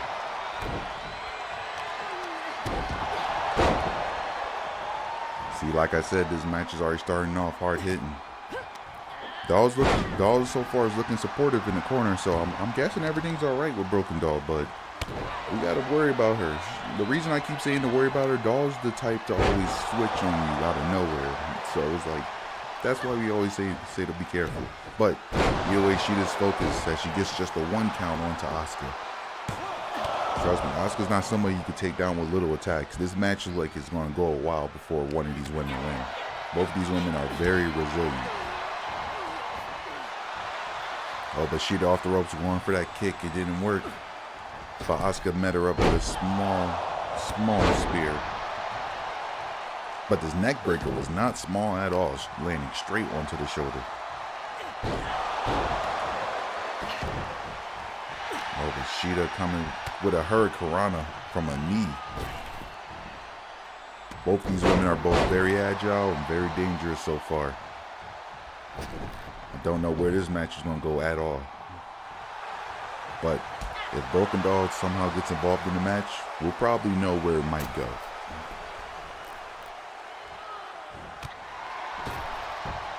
As always with VCW, as you see, every VCW match is simulated, so I let the AIs go at it, because I don't feel like it would be fair if I controlled it, because I have a habit of guaranteeing victories most times.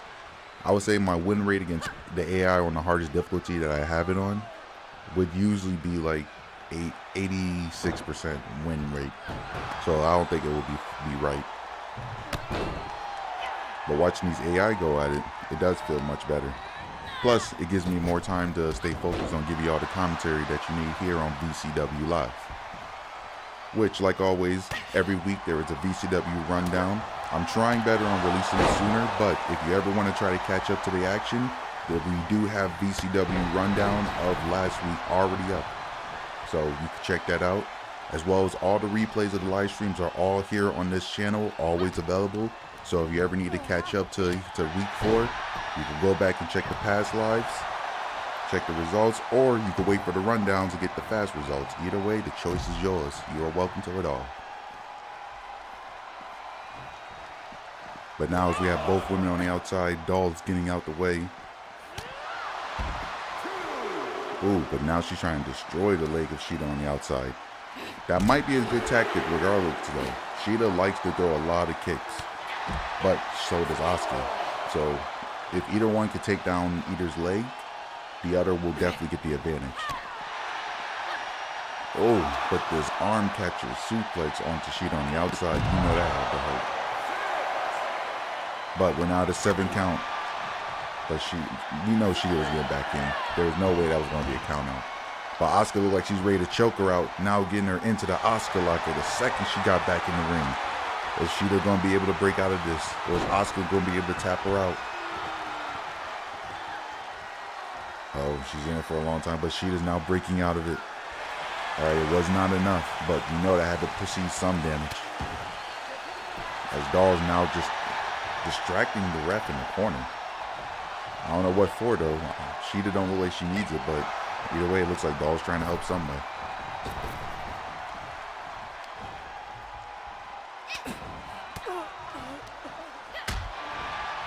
Oh, but a nice German suplex from Asuka.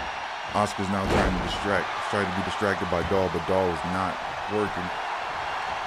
Asuka was able to kick out at 2. I don't know. Broken Doll don't look like she's doing her job right. Like, I would say if you're out there to manage, you should definitely like do better managing by at least making sure that you time when you're going to do everything right and just go for it and hope for the best. But then again, Doll is not a manager, so it's not like we're expecting to see Doll be a manager throughout the whole match.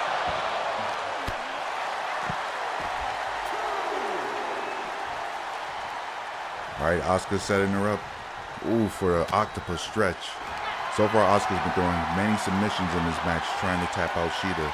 As long as Shida stays resilient, she should be able to get through this.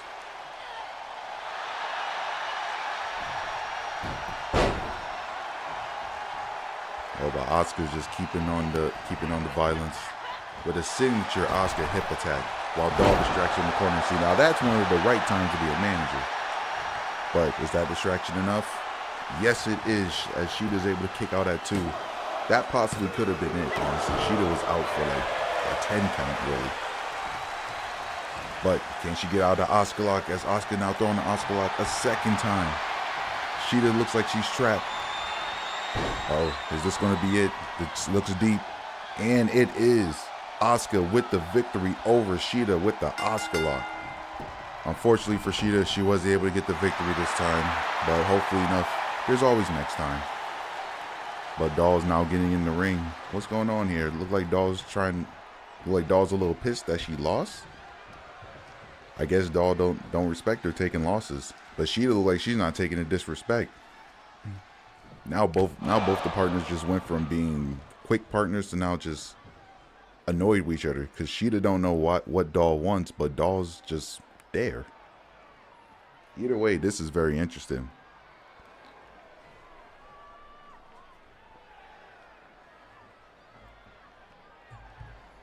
But all right, after that weird piece of business, we're now moving on to the 4th match of the night, just before the main event, as we have another 3-way dance with Chris Statlander, Alexa Bliss, and Xia Li.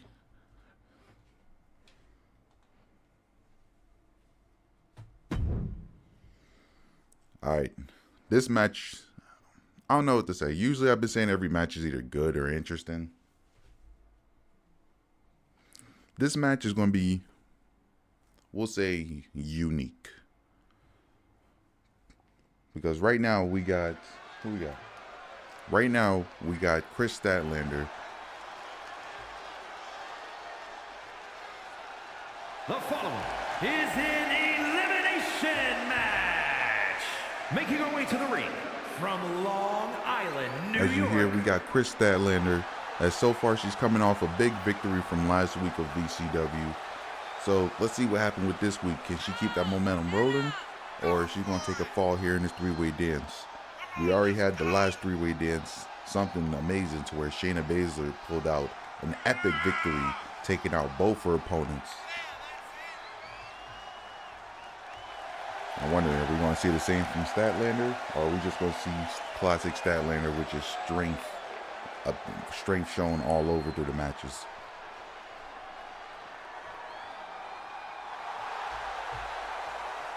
I'm gonna sit my black ass down.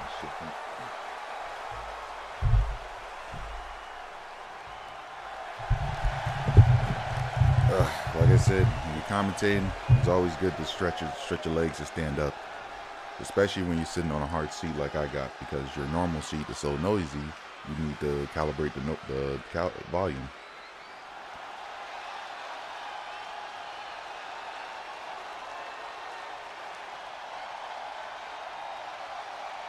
Here's our second opponent of the night.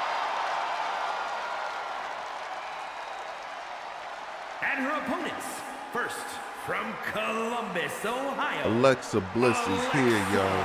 Bliss. Alexa Bliss so far has been doing well here in VCW. So it's going to be very interesting to see what happens here. Alexa, stop. Son of a bitch. Anyway, so as we continue on with Alexa Bliss, she's now... Alright, honestly, that threw me off for a second.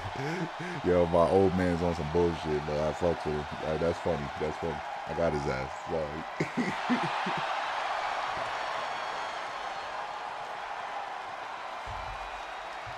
Alright, now we setting up the third match this third opponent coming into this match, Xia Li. So far, Xia Li's been doing alright so far, part of the business, so let's see how she does tonight.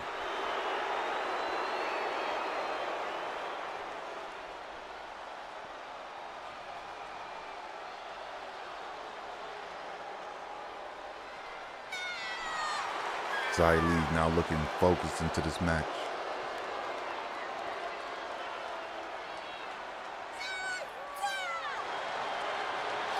And from Chongqing, China, Xia Li.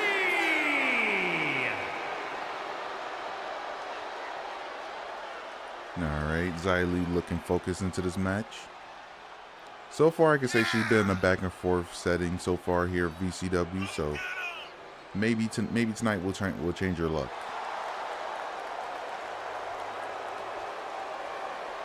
Here at VCW, we always want everybody to bring their absolute best here. So hopefully enough, we're going to see the absolute best of Xia Li tonight.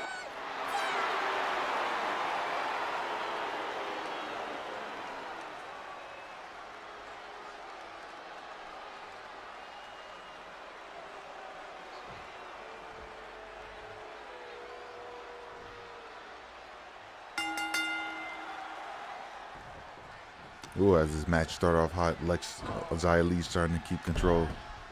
But now it's Chris Statlander getting the licks in.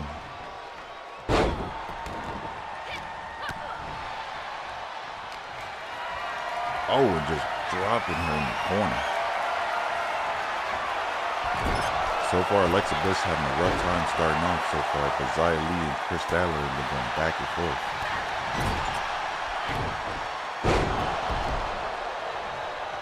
Now Alexa trying to get in a combination, trying to get herself back in this match.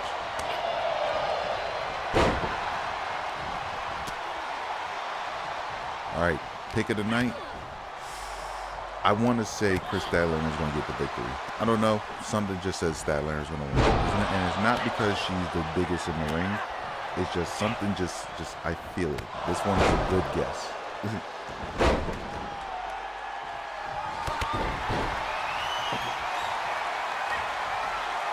Alright, so far as Chris Statlander keep control over her opponent. She's going for a quick pin, only get a 1 count.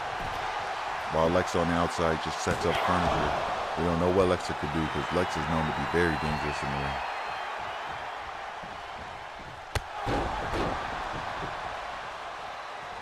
But one thing for sure, Chris is keeping control of Xia Li.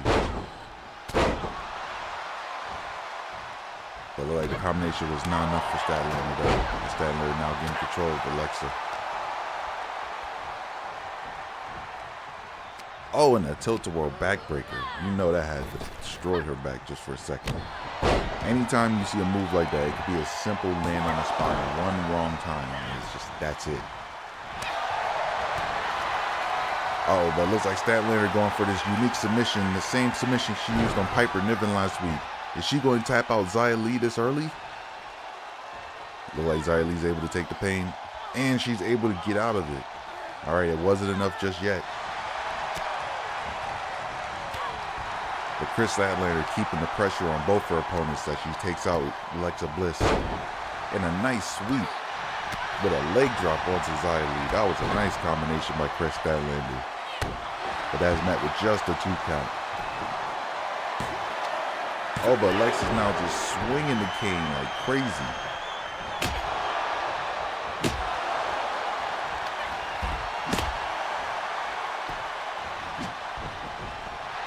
One thing for sure, I can say here at VCW, we have a high level build when it comes to weapons. The amount of chairs and kendo sticks that we go through weekly, bruh. Home Depot might as well sign us to like an exclusive deal so that way we can always get tables and chairs from them and shit because we go through a lot of furniture, bruh. Oh, but Statlander with a nice rolling move. But Alexa now trying to get control of the match. What does Miss 5 Feet of Fury got planned?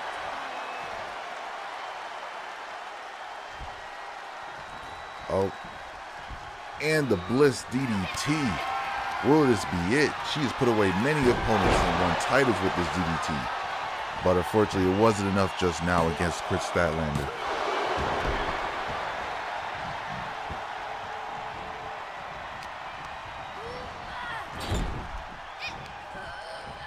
Alexa Bliss now just keeping control of Nyla. I thought she was going to go to the top rope, but looked like she got some other things planned. Now she's going after Chris Statlander all of a sudden.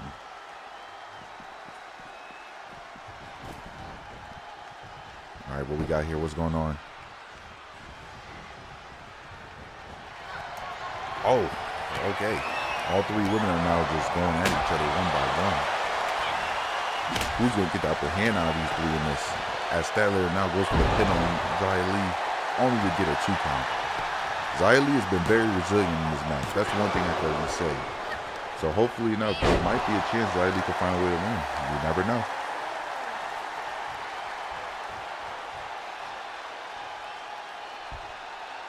Ooh. Even though she was able to get away from one thing, she wasn't able to get away from the other. See, these three-way dances are always like this in the beginning. You have three people. Everybody's trying to get a lick into each of this match. So far, I can say one person's on the ground, but this next second they're right back up. But right now we got Xia Li now on the outside. Chris Statlander, Alexa Bliss in the ring. Looks like Statlander's trying to end this out. Oh, with that Saturday Night Delight.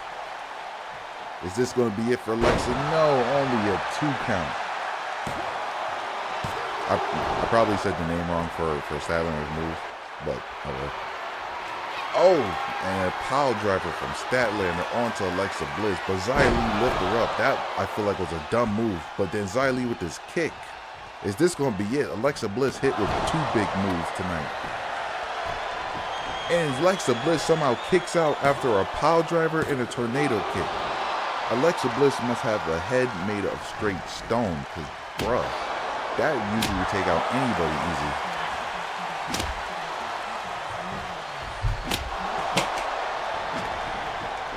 When Alexa don't know when to shut the fuck up, you just take Alexa off the wall.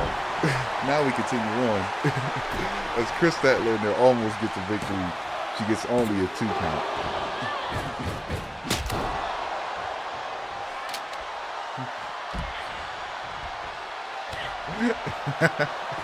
Oh man. Alright. Hey, at the end of the day, one thing you gotta do, just rip the shit out the wall.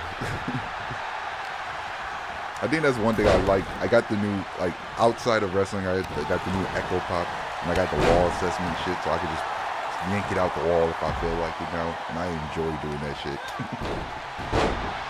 But alright, back to the matchup. As Xia Li's on the outside trying to get a breather, Alexa Bliss trying to stay on top of Chris Statlander. As Alexa Bliss delivers this mean combination.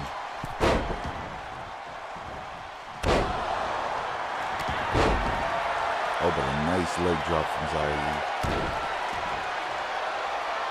I don't think that's going to be it, but she's giving it a try though. Only to get a 2 count. It was worth the effort. But I don't think a simple leg drop's gonna work. We're not Hulk Hogan right now. But Alexa Bliss with that DDT again. This time on Xia Li. Is it gonna work? Only met with a 2 count. I don't know what it is, but every time any of these women hit their big moves, it's like it's just not enough. All three of them just able to take enough damage to keep kicking out. So admittedly, this might go for a while.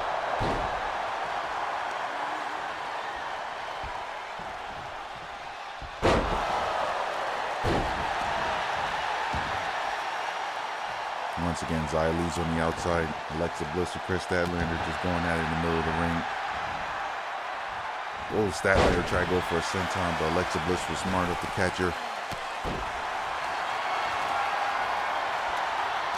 But Chris Statlander going for some, this unique power slam type of move. But Xia Li now just swinging for the fences. And a running knee shot to Xia Li.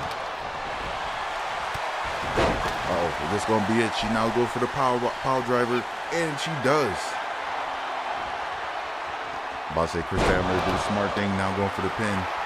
Is this going to take out Xia Li? And it does. Xia Li is now eliminated from this matchup. That was a nice attempt from Xia Li. Very nice attempt. But we're now down to 2. Alexa Bliss and Chris Statlander. And Alexa Bliss now not trying to let Statlander get ahead at all. But Stat is meeting up there one by one.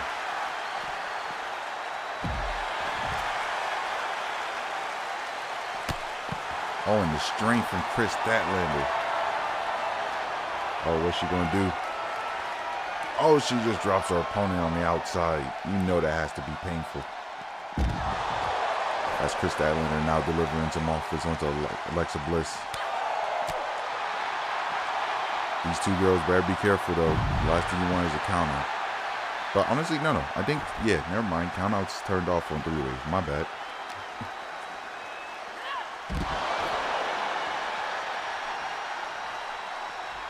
But one thing for sure, Chris Statlander is delivering a beat into Alexa Bliss on the outside. I don't know if Alexa Bliss is going to be able to capitalize when they get back in the ring, but one thing for sure, she needs to do something. Because Chris Statlander is not letting her breathe. And now she's coming in with the hockey stick. Just trying to wedge into her opponent.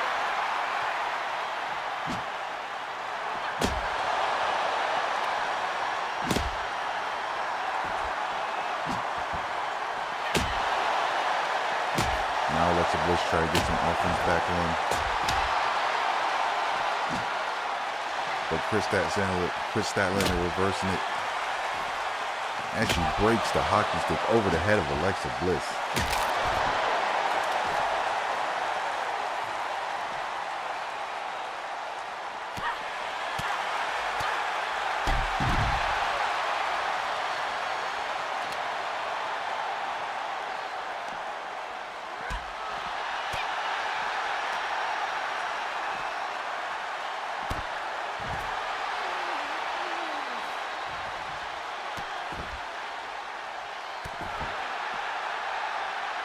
Sorry, y'all. I was taking care of something real fast. But as this match has been going on, it looked like Alexa Bliss has been capitalizing on some offense now as they still been on the outside. I admit, these two has been on the outside for a while now. They now got to get back in the ring. We need to end this match in the ring. But it looks like they're both trying to guarantee some real damage to each other to where hopefully enough whoever is rolled back in definitely is going to get a quick victory. But so far, it's been Alexa's turn this whole time to deliver nothing but straight damage onto the Chris Statlander. As earlier on, Statlander had full control of this whole match.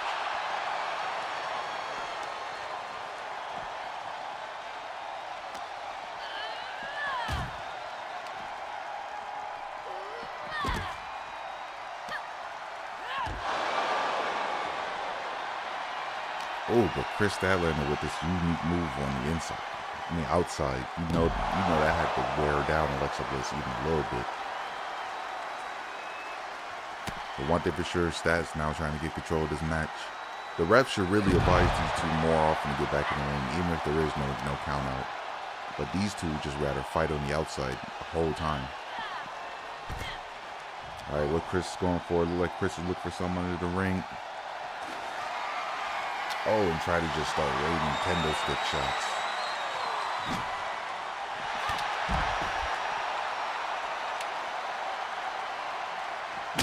But a corrupt combination from Chris Statlander. With a rolling senton onto Alexa Bliss.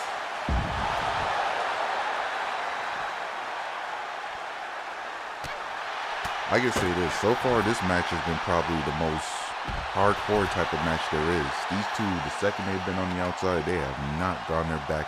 They have not gotten back in the ring at all. But Xia Li was taken out of the match earlier. She was able to hang on long, but she put up a good fight at least.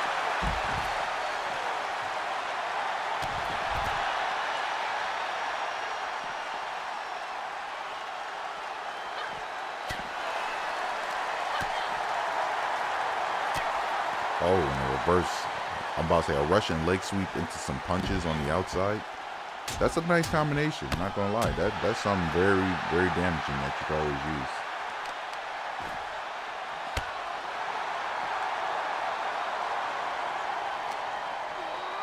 Oh, and tried to throw Chris Statlander into the steps. Yeah, I'm not gonna lie. At this point, I'm kind of hoping for one of these women to hurry up and get back in the ring, because it's obvious that this match seems like one of them is going to get a quick victory the second somebody gets back in the ring. That, and the only way this match is going to end is in the ring. And it looks like they finally heard me, because they finally got the asses back in the ring. As Chris Statlander looks like she's setting up for something. Oh, here it is. Look, she's going for this power driver again. And she connects with it. But it looked like that power driver took a lot out of her. Will Chris Statlander be able to capitalize? Quick, go for the pin. And she does. All right, will this do it? And like I said, the second they got back in the ring, a quick definitive victory. Congratulations to Chris Statlander on the victory tonight. And that was my pick to say that was going to win. That match was definitely something unique, like I said, because it was very hardcore throughout the whole match. Most of the match was down on the outside, but inside the ring, it was both just big moves and breaking weapons on top of each other's heads. But after that power driver from Chris Statlander, that was the elimination for Xia Li. And then after a long stamina-filled battle on the outside, Chris Statlander managed to somehow squeeze out a power driver on the Alexa Bliss and get the pinfall 1, 2, 3.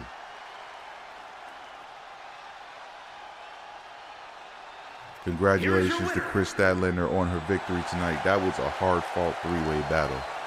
If anything, Chris Statlander definitely proved that she needs to go up the rankings in her Internet Championship. But all right, now it's time we move on to the main event of the women's show for tonight. It's so amazing how the fact that you're trying to do something to make into a whole like business, and then you have your own family constantly just doing shit to just try to get in the way of it. It really shows how much support there is. But hey, you gotta love support one way or another, motherfuckers. But either way, we're now in the main event. We got something going on here with the champion and challenger, so let's see what we have happening tonight. Oh, looks like they got two choices. What's happening? Champions pre-match ambush. All right, this is the first time it showed us a double choice, so I guess we're gonna have a non-title fight, but somebody look like they might get attacked.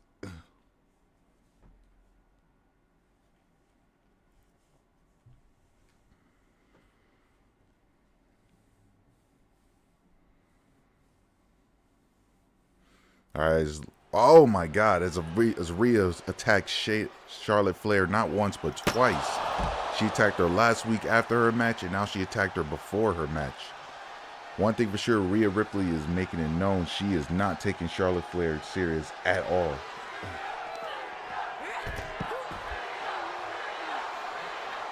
Now Charlotte trying to attack her back on the outside. They're just brawling now. We don't know what's going to happen in this match. Is it going to be a match, or are we just throwing this out? Either way, Charlotte is getting a full attack back on getting the ambush by a champion. Trying to choke her out with her legs on the outside.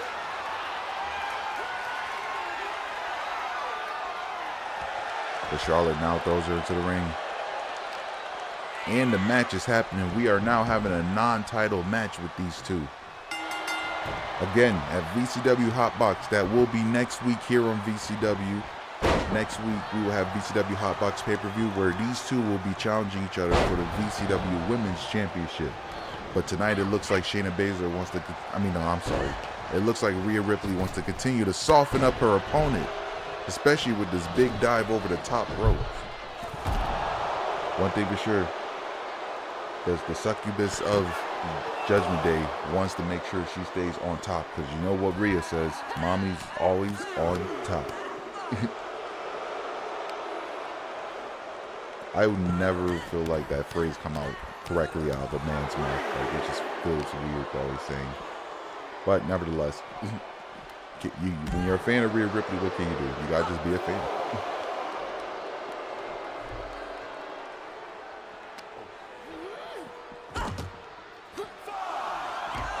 Sorry about that. Had to cover some advertising stuff. All right, we got a 6 count going on. Looks like Rhea Ripley's hoping to get a victory through count out almost. Oh, but maybe not. With a big dive from the top all the way to the outside. Ooh, one thing for sure, the ribs of Charlotte Flair gotta be destroyed or something. But either way, Charlotte is fighting. We always know Charlotte Flair is not somebody to go down easy. So Rhea Ripley's now just putting in everything she can.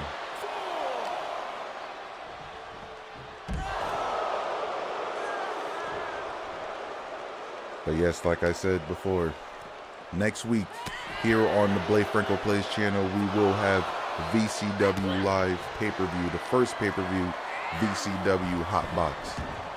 As we have these 2 wrestlers in the ring, they will be going at it for the women's world title. Oh, but tonight is definitely a preview with these 2.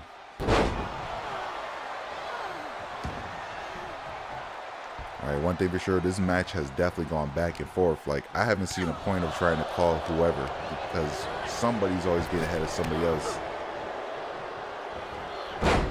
Oh, but that was a mean kick delivered by Rhea, looking like she's trying to take this out from a knockout. But it wasn't enough. Charlotte Flair is too tough for that.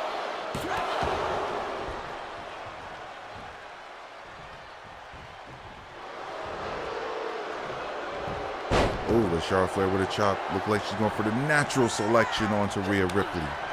Is this going to put away Rhea? Almost. I was about to say, we was going to have a preview of what the victory could be.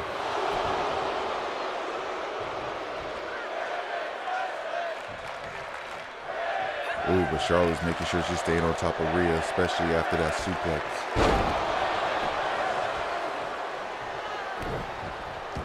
I don't know what Rhea's got to do here, but so far, Charlotte Flair is making sure Rhea does not get a chance to recover. But it looks like it wasn't enough, as Rhea's now making a comeback. I mean, maybe a little comeback, but a comeback nonetheless.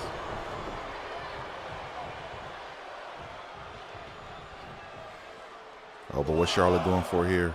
Oh, she's going for a submission. Oh, wrenching the back onto the knee with a reverse headlock. That's a bad combination right there. Definitely something uncomfortable. But Rhea Ripley's able to get out of it. Was enough as Charlotte now puts the submission back on the Rhea Ripley. She is really trying to wear down Rhea Ripley with the submission. I don't know what Rhea's going to have to do here, because knowing these 2 in real life, they've gone back and forth with each other many a times. So really, this match could go either way at this point. Especially with what I would consider a prime Rhea against a very aged vet Charlotte. But Rhea looked like she's setting her up. Oh, Rhea giving her a taste of her own medicine, giving her the natural selection. Okay, Rhea Ripley get a victory with her own move. Oh, almost with just a 2 count. That would have been embarrassing to Charlotte to try to go into the championship bout, man. You just lost to your own move in a non-title fight. Well, one way or another, you know Rhea Ripley can embarrass her opponents any way she can. But she missed this diving elbow. You know that had to be painful to the arm. But Charlotte Flair with a face buster onto Rhea Ripley, looking like she's trying to end this match any way possible. After the knee shot to the chest, will this work? And it's not enough, as Rhea Ripley still kicks out of it.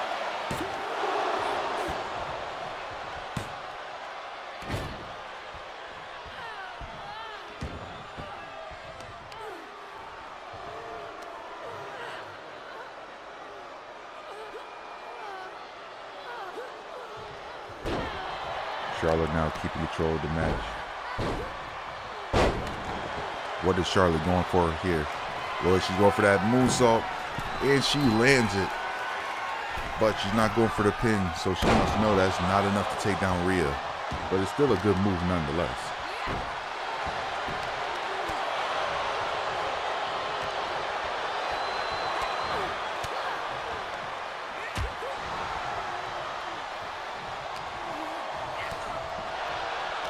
Oh, and a nice dropkick from Ripley off the ropes.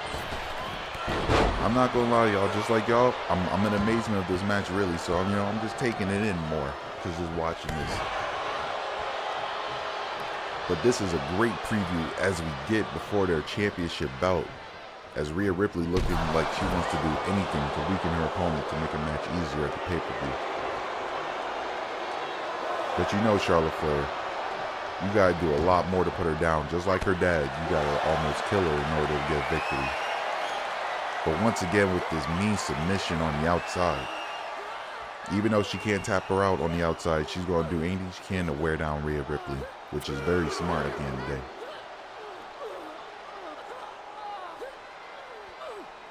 Sheesh. One thing for sure, from how long she was in there, that possibly could have been the one to where a victory could actually happen.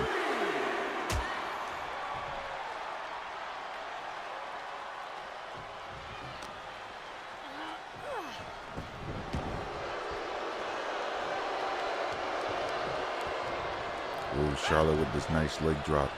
Look like she wants to end it with that. Wasn't enough yet, though. It was a nice attempt, though. You know, with the long legs of Charlotte is always very dangerous, especially if she gets you in that figure eight. But Charlotte once again now with a second natural selection onto Rhea Ripley. Will this do it? And it does. Charlotte Flair has pinned the champion in the non-title bout tonight. After a second ambush by the champion in 2 weeks, Charlotte Flair seemed like she finally got some get back as she got a victory in the non-title bout. But will this be the preview for VCW Hot Box? Here is your winner. Honestly, I feel like it might be. You know, Charlotte Flair effect. The second she gets in the world title picture, you're gonna have to literally kill her in order to make sure you keep your belt. But with another victory from the Queen, now we're gonna be loading up for the men's show at VCW Live. So, like usual, you guys give me some time, wait a little bit, vibe out to the music, and we'll get that lined up. But beforehand, capping back on tonight for the women's show, we had a three-way bout starting off the night with Shayna Baszler destroying her opponents of Toni Storm and Kairi Sane. Then the second bout of the night, we had Nyla Rose coming out with a freak victory, I would say, almost, on the Raquel Rodriguez, almost slowing down her momentum leading into that VCW Hot Box match. But hopefully enough, she's able to capitalize. In our third match of the night, we had Asuka getting a victory over Hikaru Shida in a very hard-hitting affair. But then there seemed to be tension easily building between Broken Doll and Shida after this weird friendship they had built in the beginning. So I did hear that from the GM there will be a match between these two at the pay-per-view, hopefully to sell their differences, because we don't know where this is coming about. Either way, we had another random three-way bout, this time in the Internet Championship division, as Chris Statlander got a victory over Alexa Bliss and Xia Li in a very impressive showing. But one thing for sure, you could say Chris Statlander is hardcore. Her and Alexa Bliss. And then in our main event of the women's show for tonight, we had Charlotte Flair out of nowhere get a non-title victory over Rhea Ripley. Is this going to be what we're going to see at Hot Box? Is Charlotte Flair going to be the new VCW Women's Champion? We will soon know. But until then, like I said, we are not leaving. The show's not ending. Right now, just taking a break. I'm going to set up the show for the men's show, and then we're going to get the men's show popping for tonight. So, just be patient with me, y'all.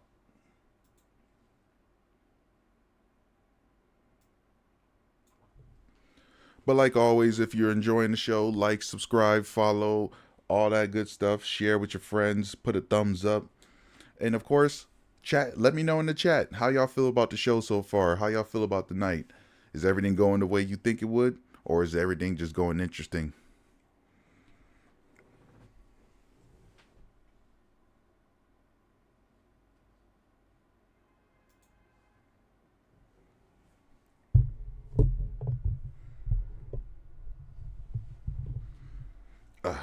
Don't mind me. If y'all heard the mic move, I put the mic up because I'm standing up while I'm doing this. I got to stretch the legs.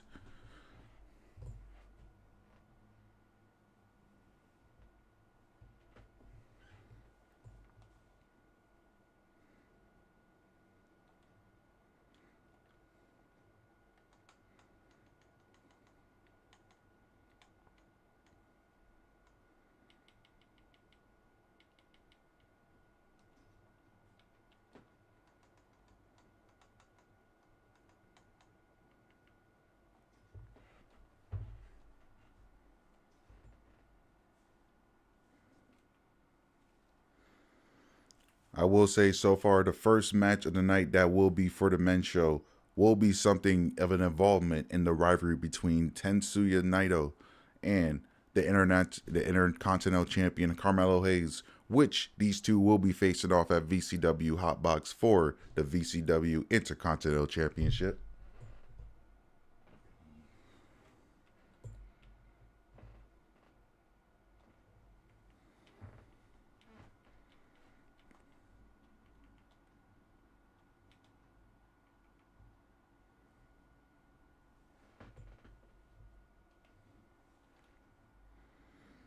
All right, got that, getting that match set up.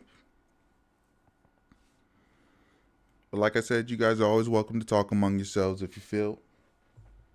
Right now, I'm setting up these matches. As well as at VCW Hot Box, there will be the attraction match, where the attraction match is the VCW Hot Box match. It's pretty much a Money in the Bank, but it's called the VCW Hot Box match. You get it if you get it. But yeah. In the 6-man bout, we also have a few qualifiers, because right now we already have 3 wrestlers that qualified for tonight. I mean, for the matchup. Right now, qualifying so far in the matchup is LA Knight, yeah, Will Ospreay, and Jey Uso. So we already got some big names coming into the Hot Box match that's happening at the pay-per-view. So I definitely say, if you want to see who else gets in there, stay tuned.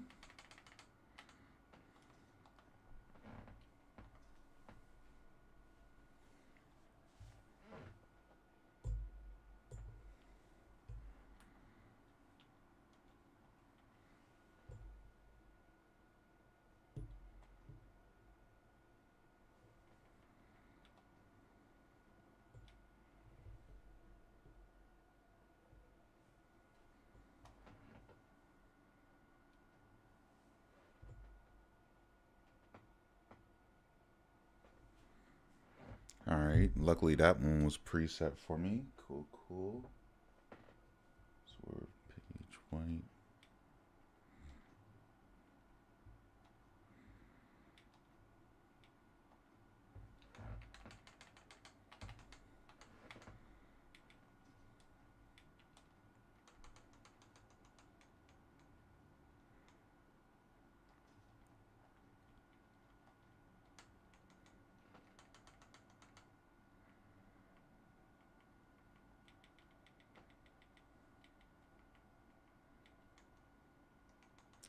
Where is this guy? Oh, there it goes. I'm telling you, whenever you play WWE 2K, you have a huge roster. You always have a hard time looking for shit afterwards.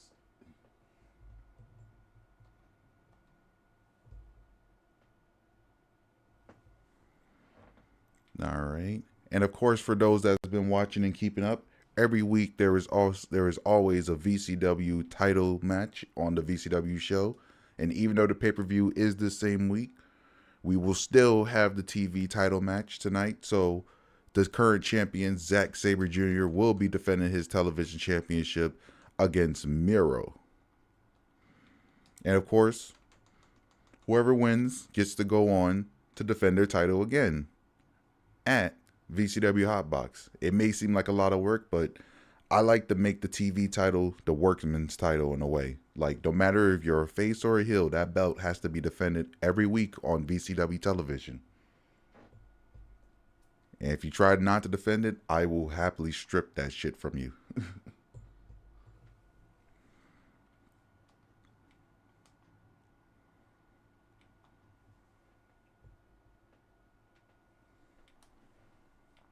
All right, I am almost done, you guys. I just have 2 more matches to put down.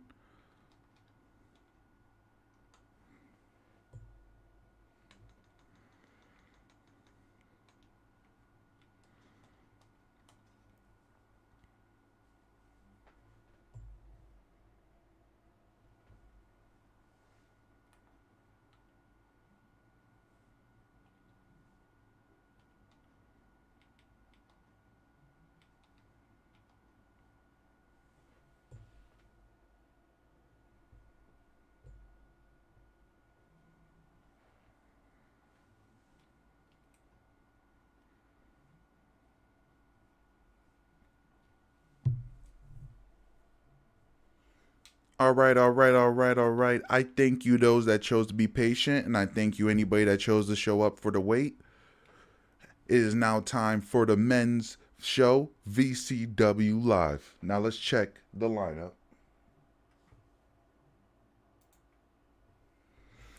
All right, and the lineup for this week. Let me go ahead and save that real fast. Y'all pretty much see it. I'm not hiding it. Let me go ahead and save that first. All right, first up tonight, we have something going down between, of course, like I said, Carmelo Hayes and Tetsu Naito before they match up. Then, in their qualifying match for the VCW Hot Box, one of the first qualifiers for tonight, we have Christian Cage going up against Wesley. The winner of this match qualifies to be in the Hot Box match. Then, in our third match of the night, we got something going on with the Judgment Day and the family. As of note, these 2 teams will be fighting for the VCW World Tag Team titles. But the family has come across a lot of issues, a lot of bumps down the road, so there's no guaranteeing anything special. But from what I've heard, Judgment Day wants to give them one last shot to earn their championship match. So if the family could come across with a victory in whatever Judgment Day gives them, the family will be able to fight for the match at the pay-per-view. If they lose, well, we're going to have to find a new tag team to face them last minute. And I'm hoping the family could come away with a victory somehow. But continuing on, our second qualifier match for the VCW Hot Box is a 3-way dance between Hangman Adam Page, Swerve Strickland, and Jay White of the Bullet Club. Now, we know in AEW in real life, these 2 are beefing, but right now they're in a universe to where Swerve didn't invade the house of Adam Page, so this is going to be a whole different vibe of a match, but it's still going to be hard-hitting from what I'm hoping. Then, in our 5th match of the night, it is the VCW Television Championship match between Miro and our champion, Zack Sabre Jr., who recently won the belt off of Konosuke Takeshita last week. Then, in our third and last qualifier for the VCW Hot Box, we have Lee Moriarty going one-on-one against Eddie Kingston. And this match, I'm definitely keeping an eye on, as Lee Moriarty is part of the family. So I'm hoping that he could win to be a part of the family. That way the family got a backup plan, you know what I'm saying? But either way, speaking of the family, the leader of the family, Mr. Blade Franco, looks like he got some involvement tonight with his future challenger for the VCW World title, Gunther. This ought to be interesting because we don't know what's happening tonight. But the only thing I heard of is that I think Blade definitely has a match. But I don't know about Gunther. So we'll see what happens tonight with that. But all right, let's go ahead and start off the night. Let's see what's going on with these 2. Oh, no. So I guess in a weird match, we got 2 of the friends going up against each other as Carmelo Hayes takes on Trick Williams in the non-title one-on-one match. All right, let's see where this goes here, because this ought to be good. But take a look at the VCW arena. Take it in, y'all. We at the big time for the men's show.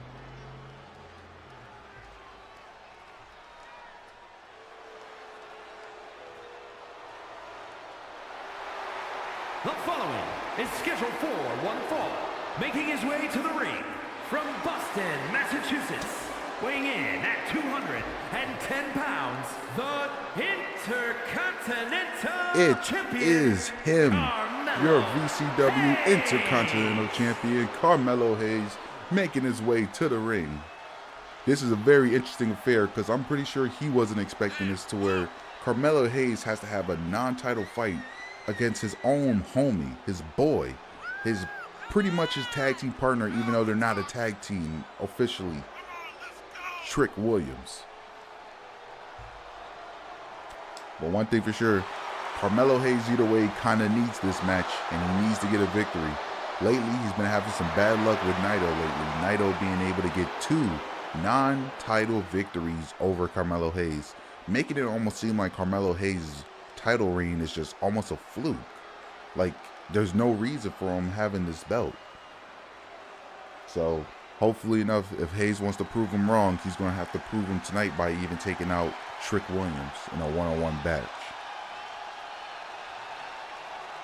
Speaking of Trick, here's Mr. Whoop That Trick, Trick Williams.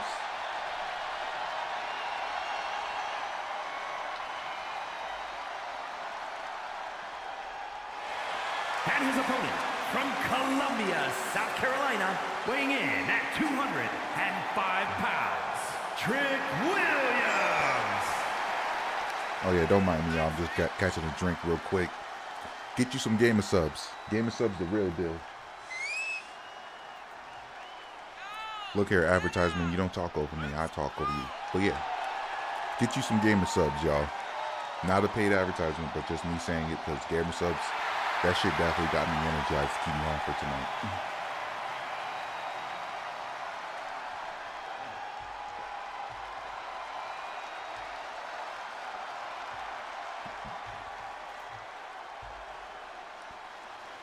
All right, and we get this match underway.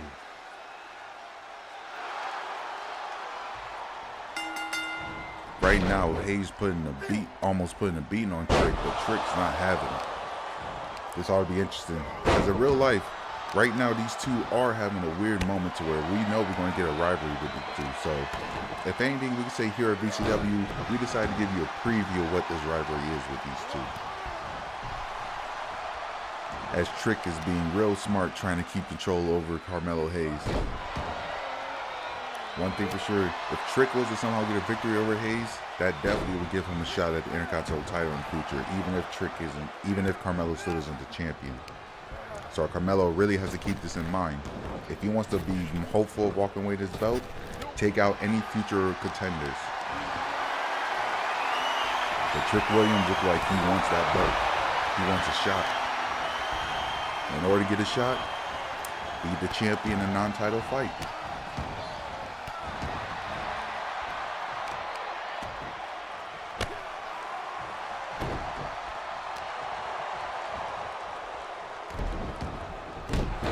Oh, but Hayes looked like he's putting on the attack now on Trick Williams, now putting him in a crossface. But it's not enough as Trick Williams got him analyzed, gets out real fast. Oh, but he puts him in another one.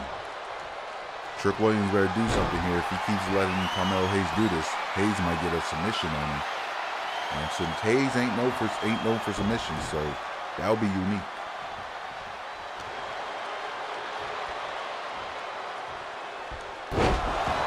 Trick tried to put him down after a big splash, but it was not enough.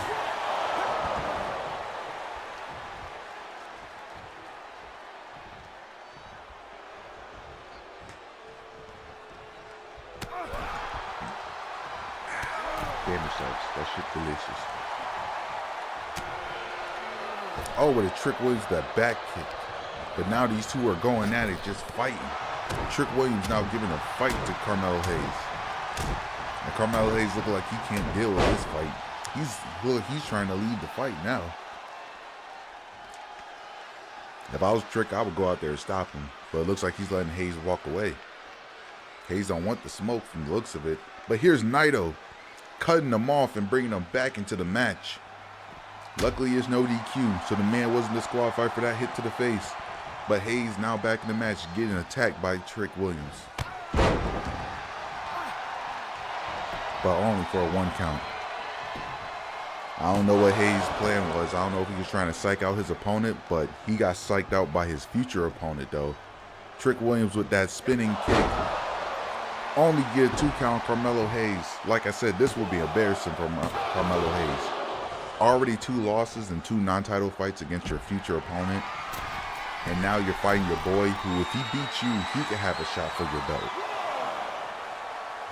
This has been a rough month for Carmelo Hayes. But what does he plan on doing here on the outside? Oh, whatever it was, Trick Williams had scouted it. Like I said, I wouldn't suspect anything different with these two. The only thing I know, Carmelo won't take Trick seriously, even though you really should. Trick Williams is a beast on the low, I can already tell.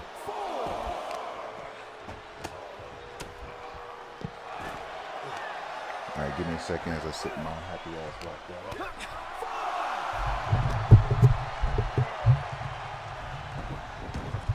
that. Alright, I am back. I had to sit the mic down a little bit, so we're good.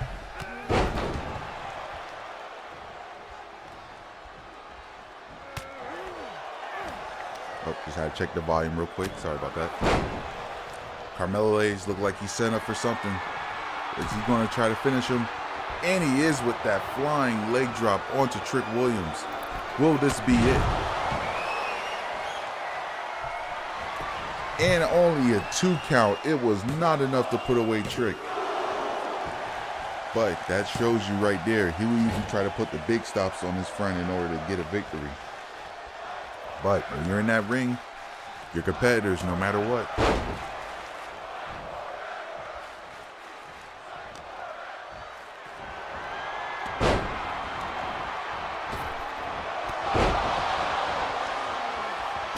Oh, now Hayes now keeping the control over Trick Williams. He's now going to the top rope. And with a diving elbow onto Trick Williams. Carmelo Hayes is keeping control of this match tonight.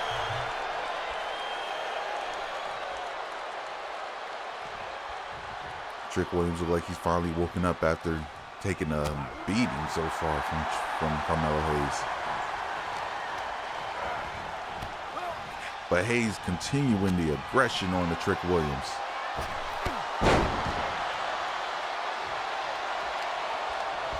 These two now going back and forth. Where are we going to go from here? Oh, Carmelo catch him in the corner.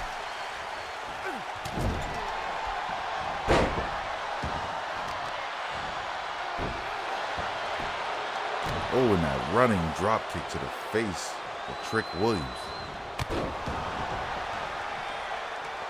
Man, all I know is Carmelo Hayes is trying to make a statement, even if he has to do it through Trick. What has he got set up here?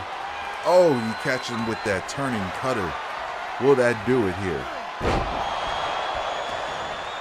And it does. Even though it had to be against his own boy. Trick Williams finally got himself a victory. Carmelo Hayes. Sorry. Carmelo Hayes finally got himself a victory here. And he finally got some momentum back in his system. Let's hope this is enough momentum to get him back in track to follow up for his future title match. Here is your winner. But heck, even with the fact of his opponent coming out and trying to keep him in the ring after he tried to leave, Carmelo Hayes still found a way to come out with the victory tonight. Congrats to the man. He is truly trying to show why he is him. But yes, let's now move on to the next match of the night. After that interesting battle with those two. Alright, here's the thing. We have 7 matches for tonight, but I'm only going to broadcast 5. So, this is going to be one of the dark matches. So, as I randomize, I'm randomizing freely. I am not picking a winner. I am randomizing. And one of our qualifiers, our first qualifier of the night, will be Christian, as now Christian Cage is now added into the VCW Hot Box match in the future. So now we move on to our matchups involving the 2 tag teams that will soon face off at the pay-per-view. And from the looks of it, it looks like we have Little Homie going one-on-one against Damian Priest. And remember the stipulations that was said from earlier on. If Little Homie can get a victory over Damian Priest in this match right here, the family will solidify their slot to go and challenge for the tag team titles at VCW Hot Box. But if little homie loses this match, then the family loses their shot at the tag team titles.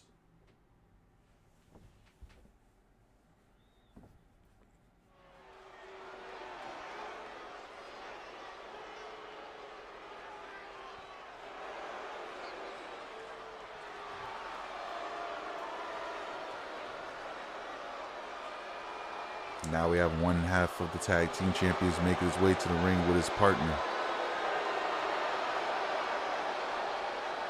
The following contest is scheduled for one fall. Making his way to the ring, accompanied by Finn Balor, representing the Judgment Day. From New York, New York, weighing in at 249 pounds, one half of the World Tag Team Champions. Judgment Day in full effect. We already saw in the women's show how Rhea Ripley just put a beating onto her opponent, even though Charlotte Flair was able to get a victory. So I'm wondering, is that going to be the difference as well tonight? Does that mean Damian Priest is going to lose tonight? I don't know, because this is going to be an interesting bout. We got the powerhouse of Damian Priest going up against the agile, quick high flyer of the family, which is Lil Homie. So far, though, Judgment Day has been 2-0 against the family in one-on-one matches. As last week, Finn Balor got a victory over Lil Homie, and the week before, Damian Priest got a victory over Tony D'Angelo. So Lil Homie's gonna have to pull out all the stops, because if Lil Homie don't pull out all the stops, he will not get the victory tonight. But yeah, I don't know why this happens every week. Like, for some reason, the announcer doesn't like to announce Lil Homie. So, quick announcement. From New York, New York, making his way to the ring, weighing in a weight of 150 pounds, this is Little Homie.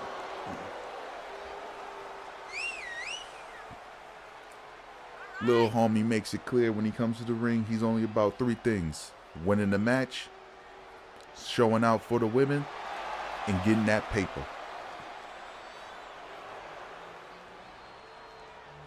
They see Lil Homie doing his money dance before he get in the ring. This man is confident in this matchup coming up. Hopefully enough, this confidence is enough, because it relies on him to get a victory for the family to get that tag team title shot.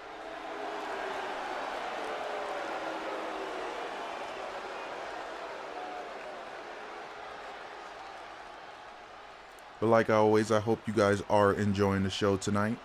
VCW Live, we take pleasure in causing damage for y'all entertainment.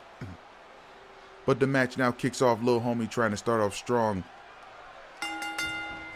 but Damian Priest is not letting him have it easy. In the words of Damian Priest, take it easy. Ooh, and he drops Lil Homie with that senton. Oh, and another one. I mean, Samoan drops, not sentons. I'm sorry. Two Samoan drops. And now he's just got him in an arm wrench submission, hanging this man up in the air.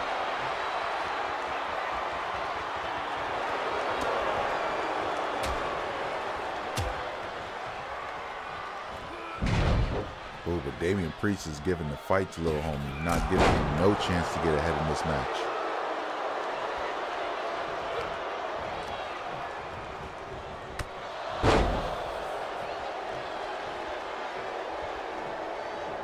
Oh, and Damian Priest with the suplex.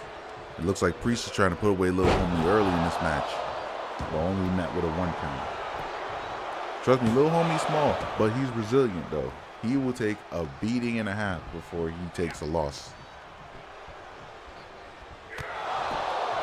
Even though him and the squad have been taking a lot of losses, so it's kind of hard to say. Especially the fact they lost a random tag team match as well.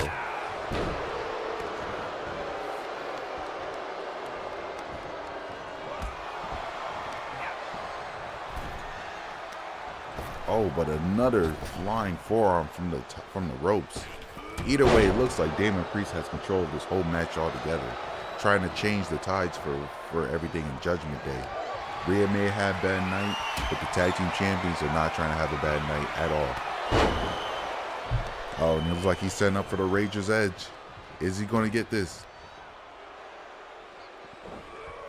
Oh, and he does, almost dropping him to the outside. Is this it for Little Homie? No, it's not, as Little Homie still kicks out at 2. Now that is amazing. To kick out at 2 from a Razor Edge from Damian Priest, you have to be a resilient man to get through that.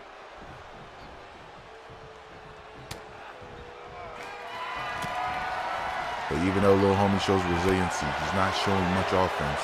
Because Damian Priest is keeping control of this whole match no matter what Little Homie do.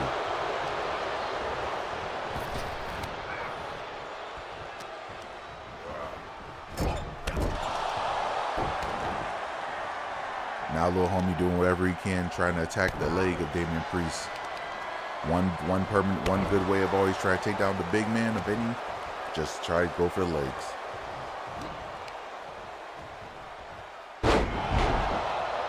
But now as we see Little Homie trying to put a fight.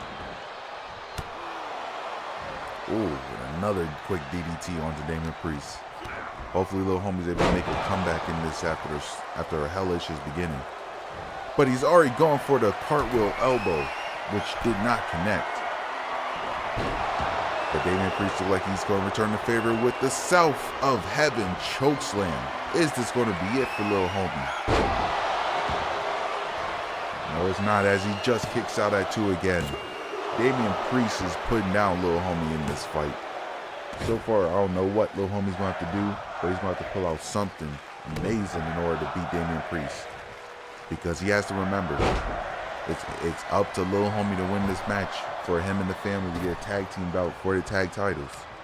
So if he can't do it here, they could kiss that opportunity goodbye.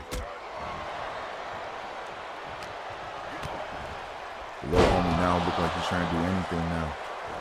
Trying to put his high flying to the test, and he is with that Hurricanrana from the top rope springboard.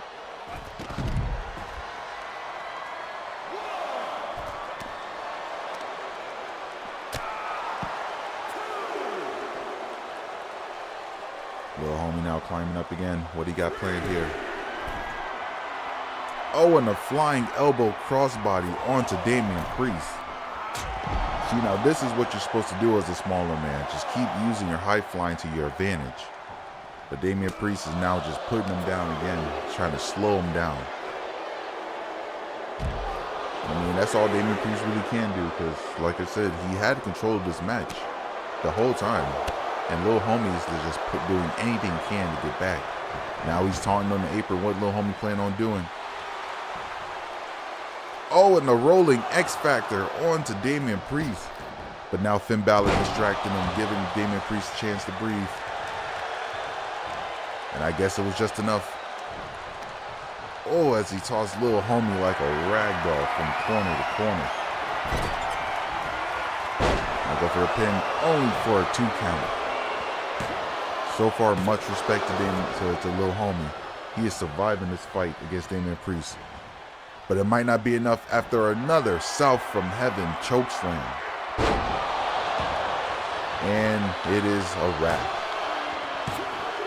Your winner, Damian Priest of Judgment Day. And, oh, come on. Ref, stop these two.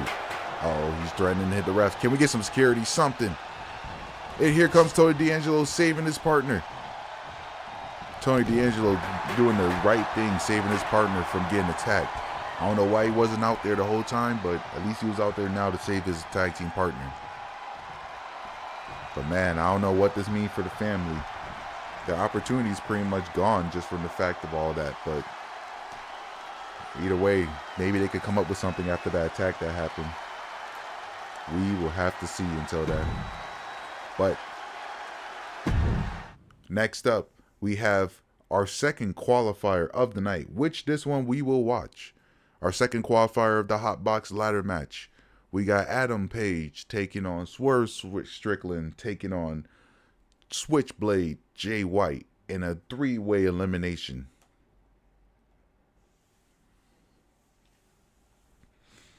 man. I don't know what's going to happen with that tag team bout. But I feel like, honestly, they should still get an opportunity, mainly for the fact that they was getting close. They got close. And then it had to be distractions and getting attacked in order for Judgment Day to get the victory over Lil Homie. Even though Damian Priest didn't need it, he still used the help. So, if anything, I say screw it. Let them still get the tag team title match. If Judgment Day is so proud of themselves, how about this? They're going to have a matchup against the family and a ladder match. The following is an elimination match. Making his way to the ring from Virginia, weighing in at 228 pounds. Here we have Adam Page making his way to the ring for this three-way dance qualifier. This match, once again, the three-way is qualifying for the VCW Hot Box. But yeah, I feel like at this point, we're going to let the tag team match ride, regardless of what happened. But we're going to make it a ladder match. That way it's a little bit more fair, since there's always distractions going on in every match with Judgment Day.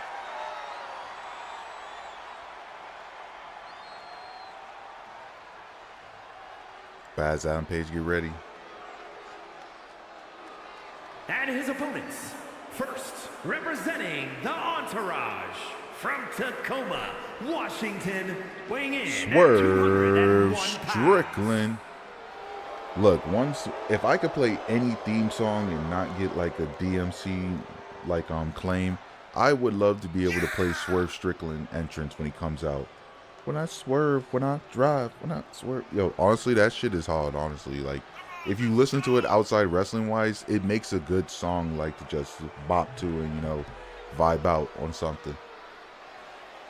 But so far, Swerve Strickland here at VCW, he has had a rough week last week, getting annihilated almost by LA Knight. Hopefully tonight can make a difference to where if he gets a victory here tonight, he gets an opportunity to face against LA Knight in the Hot Box match. So you can kind of say that's a second chance for the guy right now.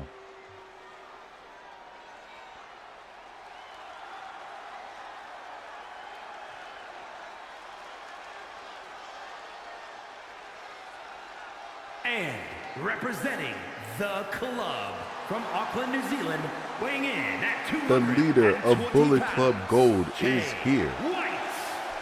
Jay White. Jay White has been showing out a lot on AEW, and I'm not going to lie, even if he doesn't win the belt, I want Jay White to be the AEW World Champion in the future. Him with the Bullet Club in AEW for some reason fits so perfectly that it's believable to see Jay White as a champion. And honestly, Jay White does not look like a champion. He looks like a champion. It's just he's very different looking of a champion. So if you're comfortable to seeing a lean guy who's very skilled and actually like champion material, Jay White is your guy. But let's see what happens tonight, because Jay White hasn't been showing up much on VCW TV. So for the fact he showed up in a three-way bout for a qualifier, must mean this gotta mean something to him. But as all three men stare each other down, the ref getting ready to call this match. Bell is rung and we have begun.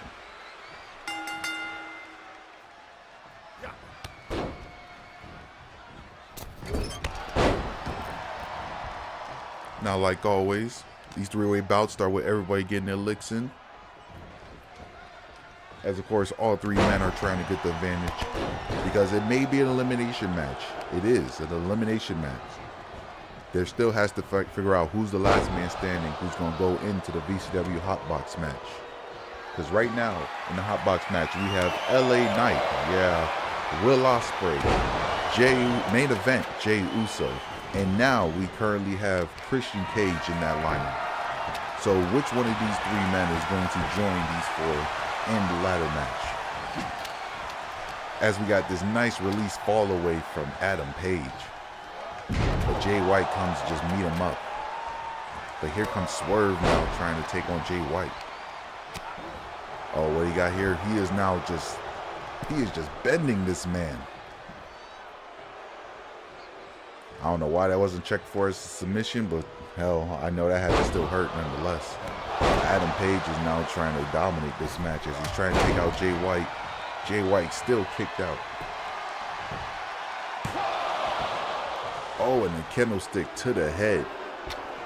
Adam Page is doing anything he can against Jay White. But Jay White now returned the favor with some hits from the kendo himself. When I say here at VCW, we go through a lot of furniture. We go through a lot of furniture here at VCW. But it's all worth it for the entertainment of the fans and like you at home and the fans here in attendance.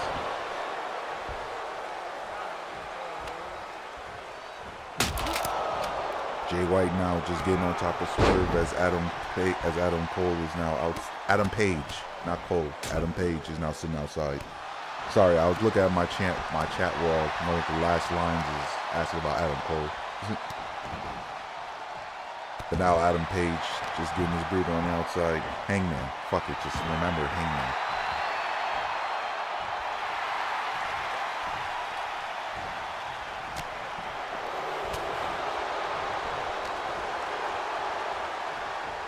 I honestly do always like these three-way bouts. I like to always see what happens when you just throw in three competitors. Like, how do they fight? Are they going to team up? Are they going to go against each other? And it's really always interesting. Oh, that was a mean super kick from Hangman Page as he goes to the pin on Jay White. And Jay White was eliminated. Now that was a surprise elimination. I was not expecting that. But Jay White being laid out early, we're now down to two men. We're down to Hangman Page and Swerve Strickland. I think the AIs in here must know about their real life beef because they're now just going at each other like no tomorrow. I would not be surprised if any more weapons didn't get into this match.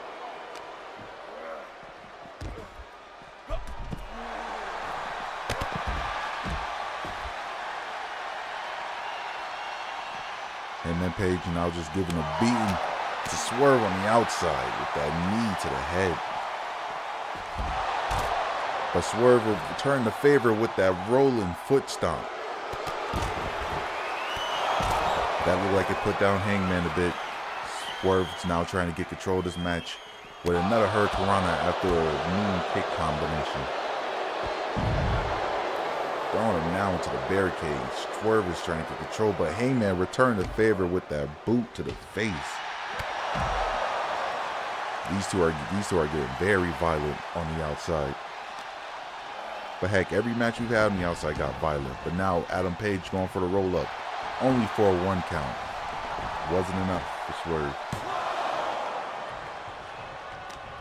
But which one of these two men is going to join the other 4 that's already qualified? As Hangman looked like he's setting up for the clothesline.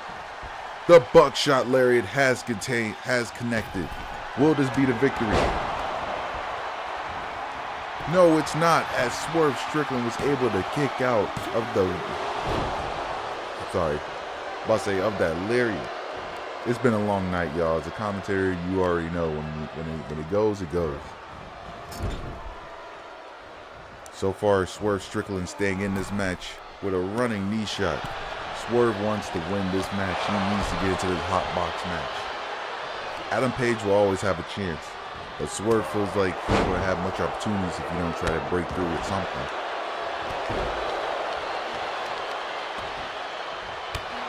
Oh, and from the middle rope with that frog splash. Can this do this? Not enough though. It was a good attempt, but not enough. If you put a little bit more strength in that frog splash, probably. But right now, it's keeping control of Hangman Page. He's now going up to the top rope. Is he going to go for it? He does. He goes for the foot stomp, but he missed as Adam Page rolled out. But Swerve returned the favor with that running kick to the head, that heel kick. I'm amazed Swerve ain't go for the pin. This could have been it, but it looks like he wants to do some more damage to Hangman. He now got that back. What is he planning on doing? Oh. See, he should have just pinned the man. Now Hangman's come back in full control with that foot to the face. Oh, and that double arm suplex.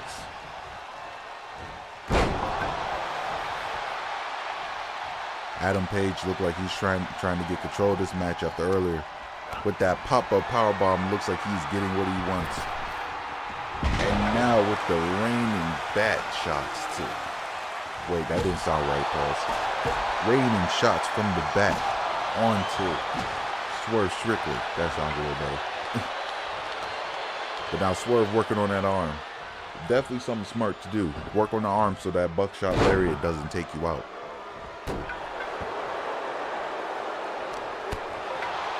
But once again, like always, I hope you guys enjoying VCW. I'm not going to give you the layout. Just, I hope you enjoy watching VCW, guys, as I enjoy doing this. I'm going to try to make the rundown done as fast as possible this time. I'm not going to try to let it linger.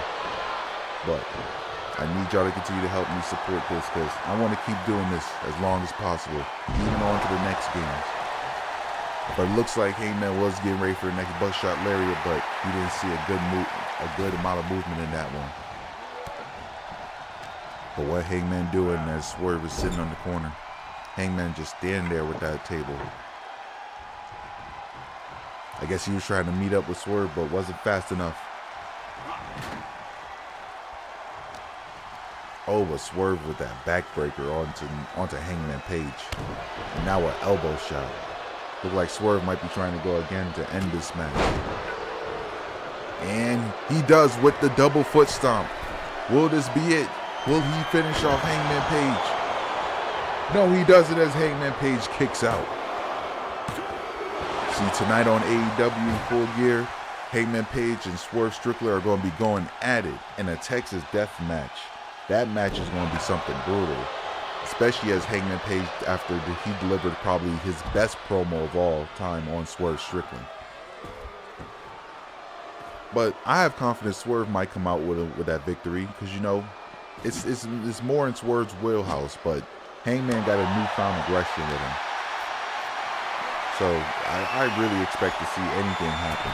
But one thing for sure, they're going to be bloody. If they don't bleed, that's bullshit. But speaking of bleed, looks like Swerve's trying to do that as he tries to come in with a weapon, but Hangman cuts him off. Hangman looks like he's getting ready for it. Oh, he changed his mind again. You could tell Hangman's been trying to plot for that buckshot, but he's trying to line up his opponent just right. And he hit it with a second buckshot lariat. Will this put down Swerve? Only for a 2 count. It was not enough. As fans stand in anticipation of this match, no one knows who's going to win this. Both these men are fighting because both of them want this spot in the VCW Hot Box. Will it go to Swerve Strickland? Will it go to Hangman Page?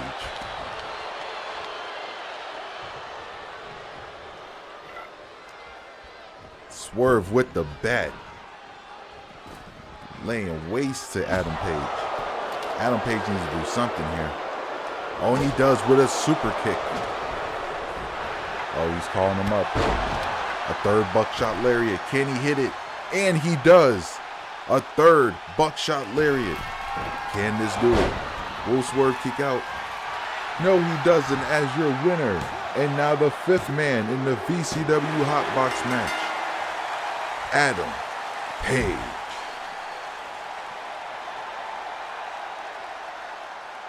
Now that was a big fight.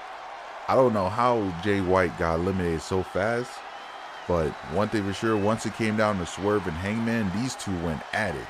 Foot stomps, buckshots, foot stomp, buckshot, buckshot, buckshot. And after about 1,000,000 buckshots, coming out with the victory, Hangman Adam Page of the Elite. Is this going to be a resemblance on AEW Full Gear tonight?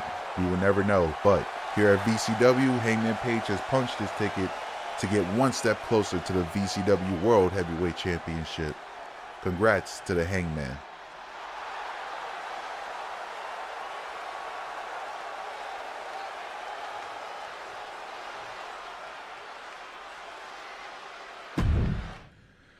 All right. Don't go anywhere, y'all. We still in this match. We got 2 more matches we're showcasing tonight. as we got our television title match up next, as we have Miro going one-on-one against Zack Sabre Jr. for the VCW Television Championship. Now, like I said, regardless on who wins this match, the VCW Television title will be on the line at VCW Hot Box. So for tonight, whoever wins will go in as champion into the pay-per-view, which will be the next night in-game, but it will be next Saturday here on the Blade Franco Plays channel.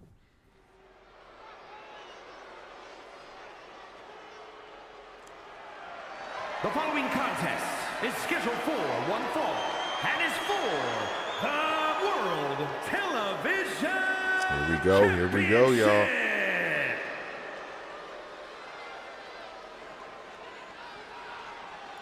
Making his way out the challenger, the Redeemer, Miro. Miro was able to win the #1 contendership last week to qualify for the match here at VCW. He's been moving well up the rankings, slowly but very well. And the man has luckily earned his shot to be next up for the television title. Now, like I said before, the television title is a title that is defended every week on VCW Live, as well as the pay-per-view. The VCW television title, whether you're a face, heel, whatever, is a worksman's title. It has to always, and I mean always, be defended. Luckily, it's not a 24/7 rule belt. I wouldn't do that to you. It has to be defended every week, at least in a sanctioned match. Not a free-for-all, not getting attacked, not just taking it like the 24-hour belt. Sanctioned matches.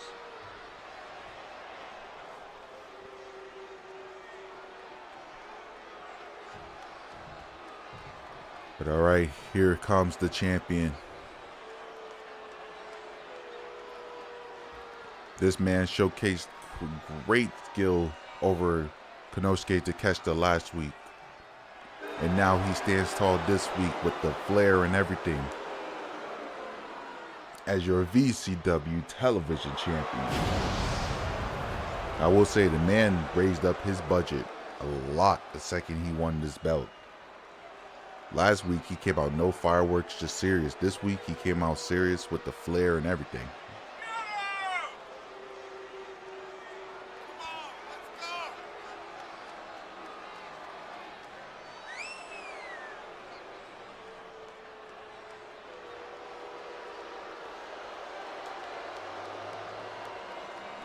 I don't know who to call in this match, to be honest, because Zack Sabre Jr. has been doing very well in a lot of his matches, just submitting and putting away opponents like ease. But Miro, he's been a quiet guy climbing. He's been dominating his opponents, but he's been quietly doing it. He hasn't been showcasing it almost every week like how Zack Sabre Jr. has. So let's see what Miro can do here. Because, of course, you win the television title, you're guaranteed a spot to wrestle on TV every week. Because you gotta defend the belt, which is why everybody wants this belt. Introducing the challenger from Bulgaria, weighing in at 300. Miro, everybody. Miro.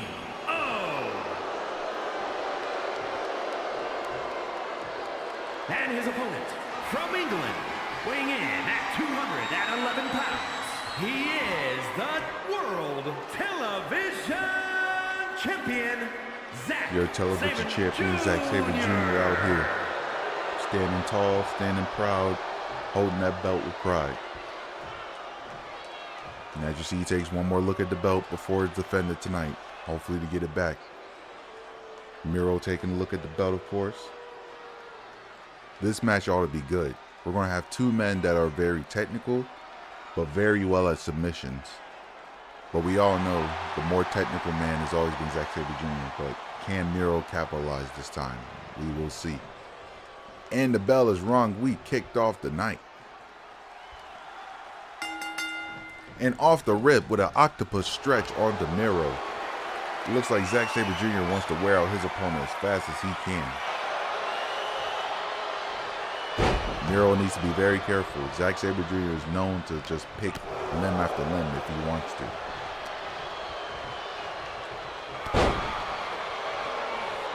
Oh, and a boot to the face by Zack Sabre Jr.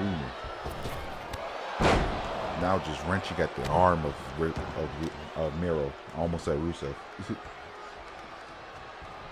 And now a kick to the back of the leg.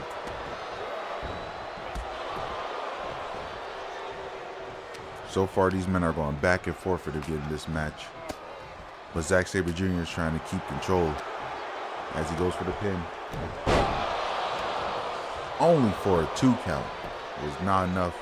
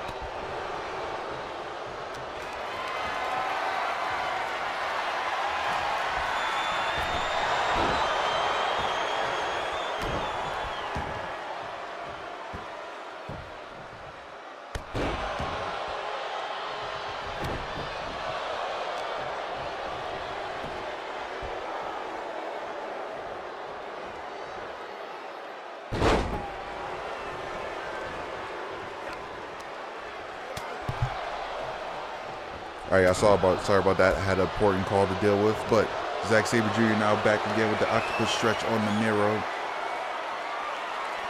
Trying to keep control of the big man.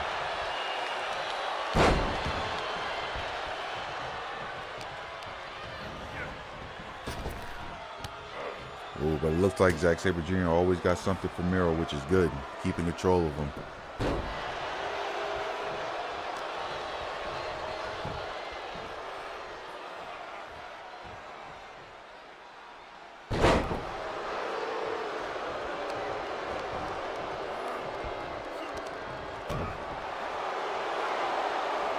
Oh, and a knee shot to the gut from Zack Sabre Jr.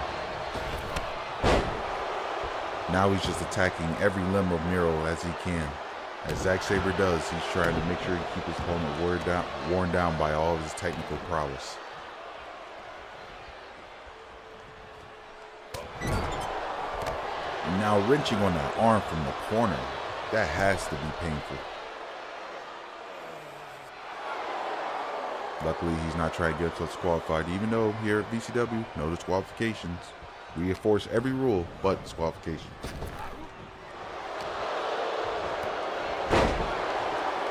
As Miro now tries to get a weapon to get back into this matchup.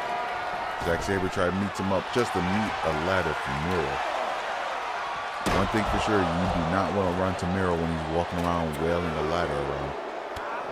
Or landing the DDT onto the ring. Give me a second, I gotta stay back.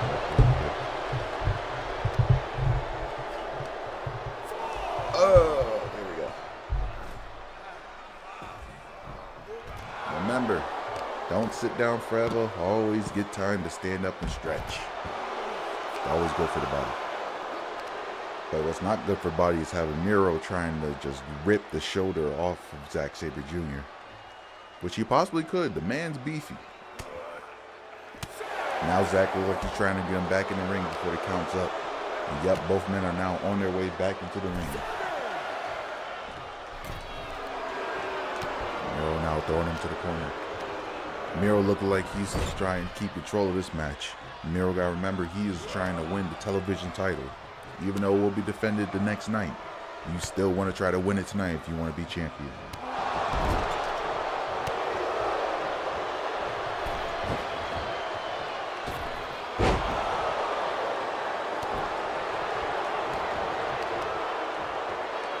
Oh, you go for the pin. Oh, you're too far.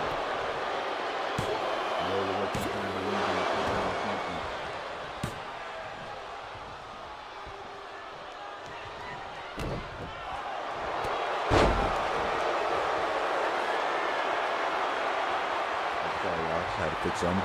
But now, Zack Sabre Jr. in his patented octopus stretch on the ground. He was trying to put away Miro, but looks like Miro broke away. It wasn't enough just yet. But you know it had to do some type of damage to Miro. As he sets up for another octopus stretch, this time standing up. He is doing anything to make sure he could tap out Miro. But Miro's getting out of it. Remember, Miro is very skilled in submissions himself. His finisher is a submission.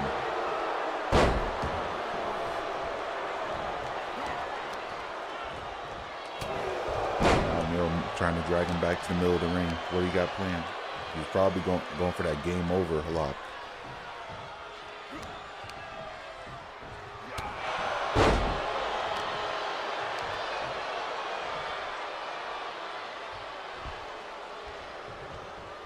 Oh, and a quick elbow shot to the face of Zack Sabre Jr.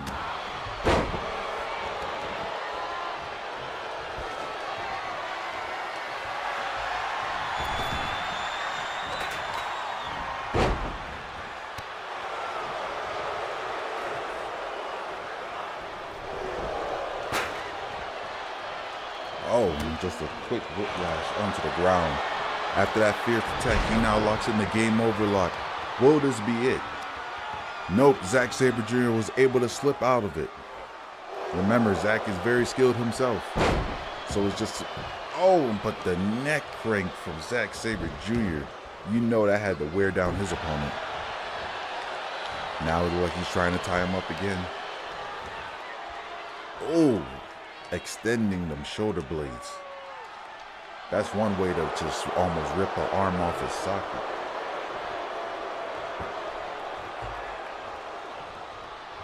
Oof. After the attempt at the weapon, Miro was able to stop him. And now he puts in that submission lock once again. Will it be game over for Zack Sabre? And it is. Now for the third week in a row, we have brand new champions for the television title. This is a highly difficult title to hold on to. But your winner and new VCW television champion, the Redeemer, Miro. See, now this is what I like about the television division in VCW. Every man that fights for the television title is doing everything they can to try to defend the belt. But so far, it has been a new champion after new champion after new champion. Here is your winner and new World Television Champion. So, as a result of Miro winning this title, the matchup is now set for the pay-per-view for the television title. We will have former champions Konosuke Takeshita and Zack Sabre Jr. going for their rematch clause in the same time against the newly crowned television champion, the Redeemer, Miro. This is going to be great for a triple threat at VCW Hot Box. I cannot wait to see this match. But once again, congratulations to Miro, a brand new champion. So far, it's been a new champion literally every week from the looks of it.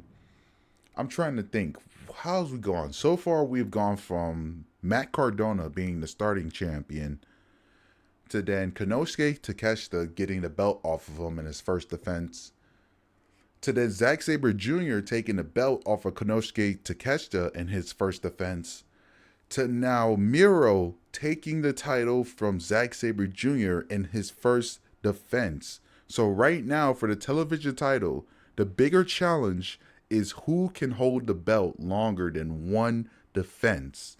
That's what we're waiting to see, and I'm already hyped. Can Miro be the first guy at VCW Hot Box? Or will we continue the trend of always having a new champion? But speaking of championships, we're going to skip this match, but this match is a qualifier in the last one for the VCW Hot Box with Lee Moriarty versus Eddie Kingston.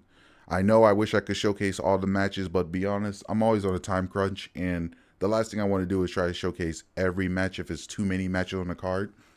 The Hot Box will be different, because Hot Box, I will tell y'all now, I'll tell y'all right now, it will be 10 matches filled for VCW Hot Box. But it will all be in one night. So we're not going to go through different shows. It will be one consecutive show. just one consecutive show with no breaks, beginning to end. But it is now time for the main event of VCW, to where we have something going on involving our world title picture, as we have our world champion, Mr. Blade Franco, for what I believe is challenging a match of Gunther's choice. So Gunther is pretty much picking Blade's poison. So let's see who he picks for Blade. And he picks Rey Fenix. This ought to be a really good match. A world champion contender himself, Rey Fenix, will be going up against the current champion, Blade Franco, in a non-title bout, to where if Rey Fenix beats the champion, I will give him a future shot at the belt, regardless on who's champion. So Rey's got something to get out of this. But let's go ahead and get into it, as this is the last match for tonight on the stream and the main event of VCW Live.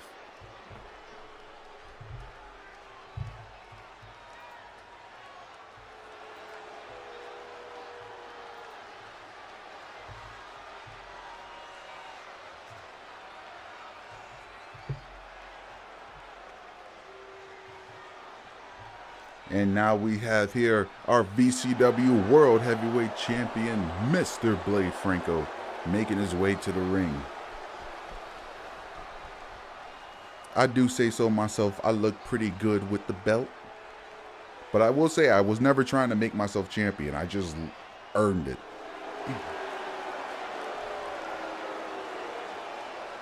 The following contest is scheduled for one fall, making his way to the ring from Hartford, Connecticut, weighing in at 250 pounds, the World Heavyweight Champion, Yeah, the Reaper, Mr. Blade Franco in full effect. Franco. Tonight, I see myself easily getting through Rey Fenix. See, because Rey Fenix, he's a good wrestler. He's very talented as a luchador. I give him much respect. But at the end of the day, in this ring, I don't give you respect when we walk through these ropes. I give you ass beatings and let you know my place here at VCW. I'm the top dog. I hold the belt for a reason. And after I get through tonight with Rey Fenix, next up, Gunther, I'm looking down and I'm going to take you down, bruh. You may be one of the best Intercontinental Champions in WWE, but here in VCW, I'm the big dog. I'm the big pedestal. I'm the one you need to work towards. So let's see. How y'all like my promo? Good? Good? Not? Anyway, now we see Rey Fenix's opponent making his way to the ring. And his opponent from Juarez, Chihuahua, Mexico, weighing in at 202 pounds, Rey Fenix making his way to the ring in this main event bout. Now, Rey Fenix has something to prove. So far, him and the Lucha Bros, they're slowly doing their thing in the tag team division, but they are always open to singles belts. And Rey Fenix, like I said before, is a caliber challenger for the title. So if he can get this victory in this non-title match, he got something bright in his future to look forward to.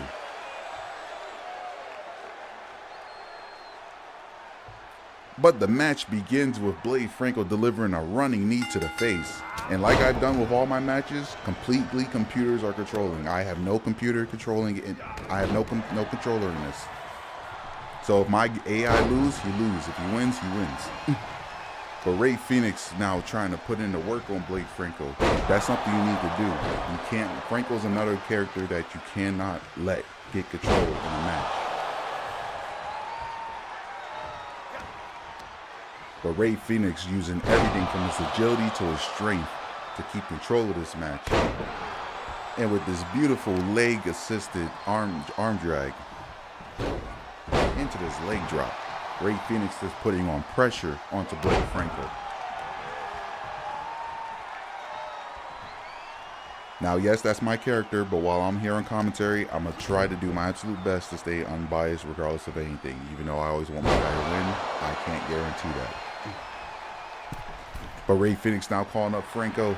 Franco luckily dodged the drop kick. And now he's working on the legs of Rey Fenix. One of the smart things to do.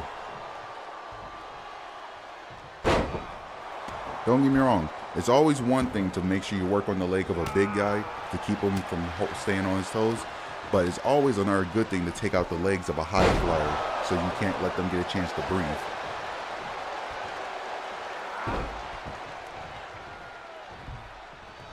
Franco now giving a flipping stunner onto Rey Fenix.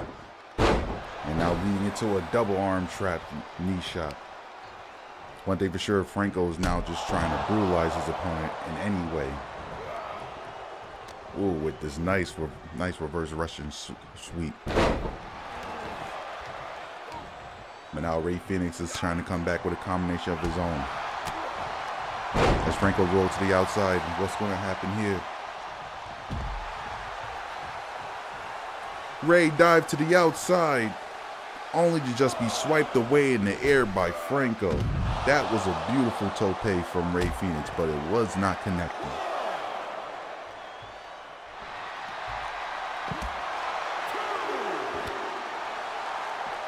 Right now, as they're on the outside, Billy Franco is trying to keep Rey Fenix grounded, which is pretty much the best thing you can do. Oh, with that vicious arm breaker on the outside, that's one way to really tear somebody's arm out their sockets. But Franco's not caring, as he's just doing anything to just hurt Rey Fenix. But it looks like he's giving him a chance, as he's now back in the ring telling him to suck it. Now that's just disrespectful, but you know he's a 90s kid if you get a crotch chop from somebody.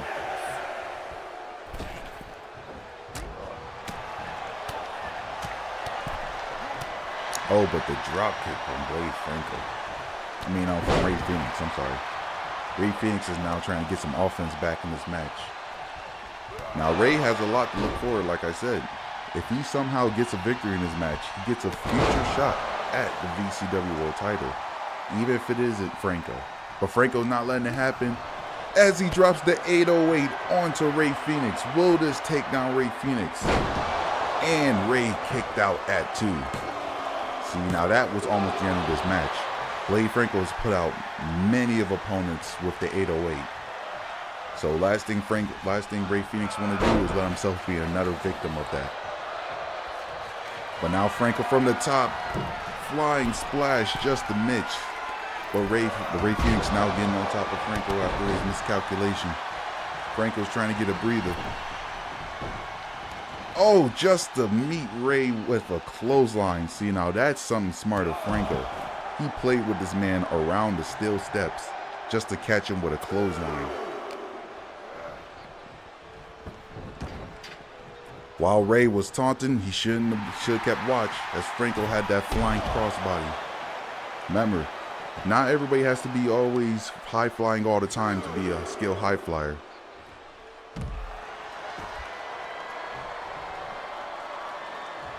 Oh, and Franco with this mean MMA style combination onto Rey Fenix.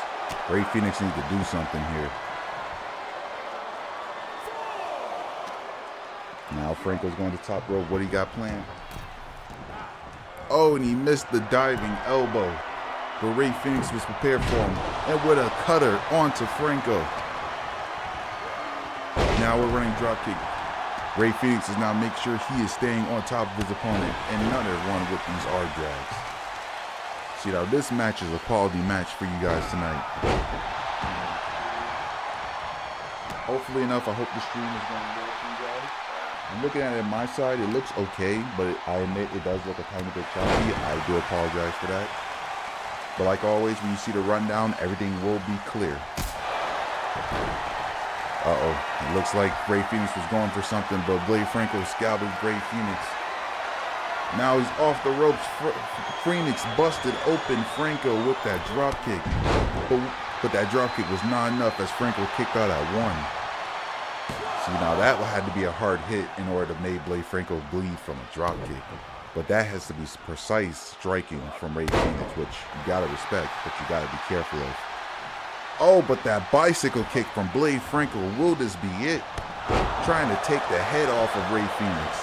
It wasn't enough, but it was close. Now as Franco drags him to the middle, it looks like Franco could be getting ready to try to end this match. Oh, but Rey Fenix trying to stay on top of it, but Franco's got him scouted. Oh, he's getting ready for it. It looks like he wants to go for a second 808. Nope, but Rey Fenix caught the leg for the reversal. Very wise of Fenix to scout that move out.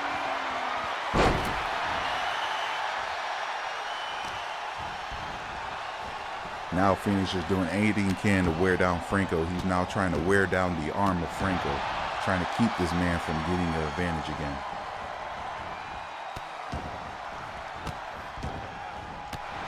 I will say this is smart of Rey Fenix at the end of the day. Like, if the person you're facing is very skilled, especially grapple-wise, one thing you need to do is take out the arms. Just like how when you face a high flyer, take out the legs. But hopefully this will be enough, because now Rey is now trying to call up Franco. Uh-oh, what has he got here? Oh my God, that power driver. Oh, on Franco. That move looks so devastating. This might be it. Will Rey Fenix be able to take out the champion before his matchup? And it was not enough as Blade Franco kicks out of the match. But Franco's so mad he went straight for the 808 and he lands it straight into the pin. Will this do it? And he does. From out of nowhere, Blade Franco with an 808 after a power driver from Rey Fenix. Your VCW World Champion Blade Franco stands tall. And looks like Gunther now has entered the ring as champion and challenger stares down with each other. This is the image we will have in your main event of VCW Hot Box, as these two will go at it for the VCW World title after that spectacular matchup against Rey Fenix. All right. And that has concluded VCW Live. Now let's run through the card and we'll call it a night. As after a good old night of VCW, we had Carmelo Hayes getting a victory over his homie Trick Williams in an interesting match that we didn't think we would see. But Carmelo now got some momentum as he moves into his matchup against Nile at Hot Box. Then, in our first qualifier match, Christian Cage got the victory over Wesley to qualify for the Hot Box match. Then, Damian Priest was able to take out Lil Homie as the family seems to just be down and out, but somehow they will still be allowed to have their tag team title bout. But let's be real, we kind of see who's going to win. And Judgment Day is definitely going to come out the winners at the pay-per-view, but there could be something different. There could be a Luck of the Irish, who knows? We'll have to wait and see. Then, in our second qualifier, Adam Page was able to come out with a victory after a hellacious battle with Swerve, Strickland, and Jay White in this three-way dance. Then, and another surprise, we have once again, for the third week in a row, our new television champion, this time the Miro the Redeemer, took the belt away from Zack Sabre Jr.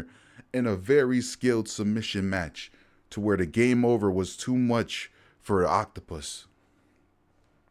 Then, in our final qualifier for the VCW Hot Box, we had Lee Moriarty get a victory over Eddie Kingston, finally filling the bracket to where VCW, the Hot Box ladder match, will be LA Knight, yeah, Will Ospreay, main event Jey Uso, yeet, Christian Cage, Hangman Adam Page, and Lee Moriarty.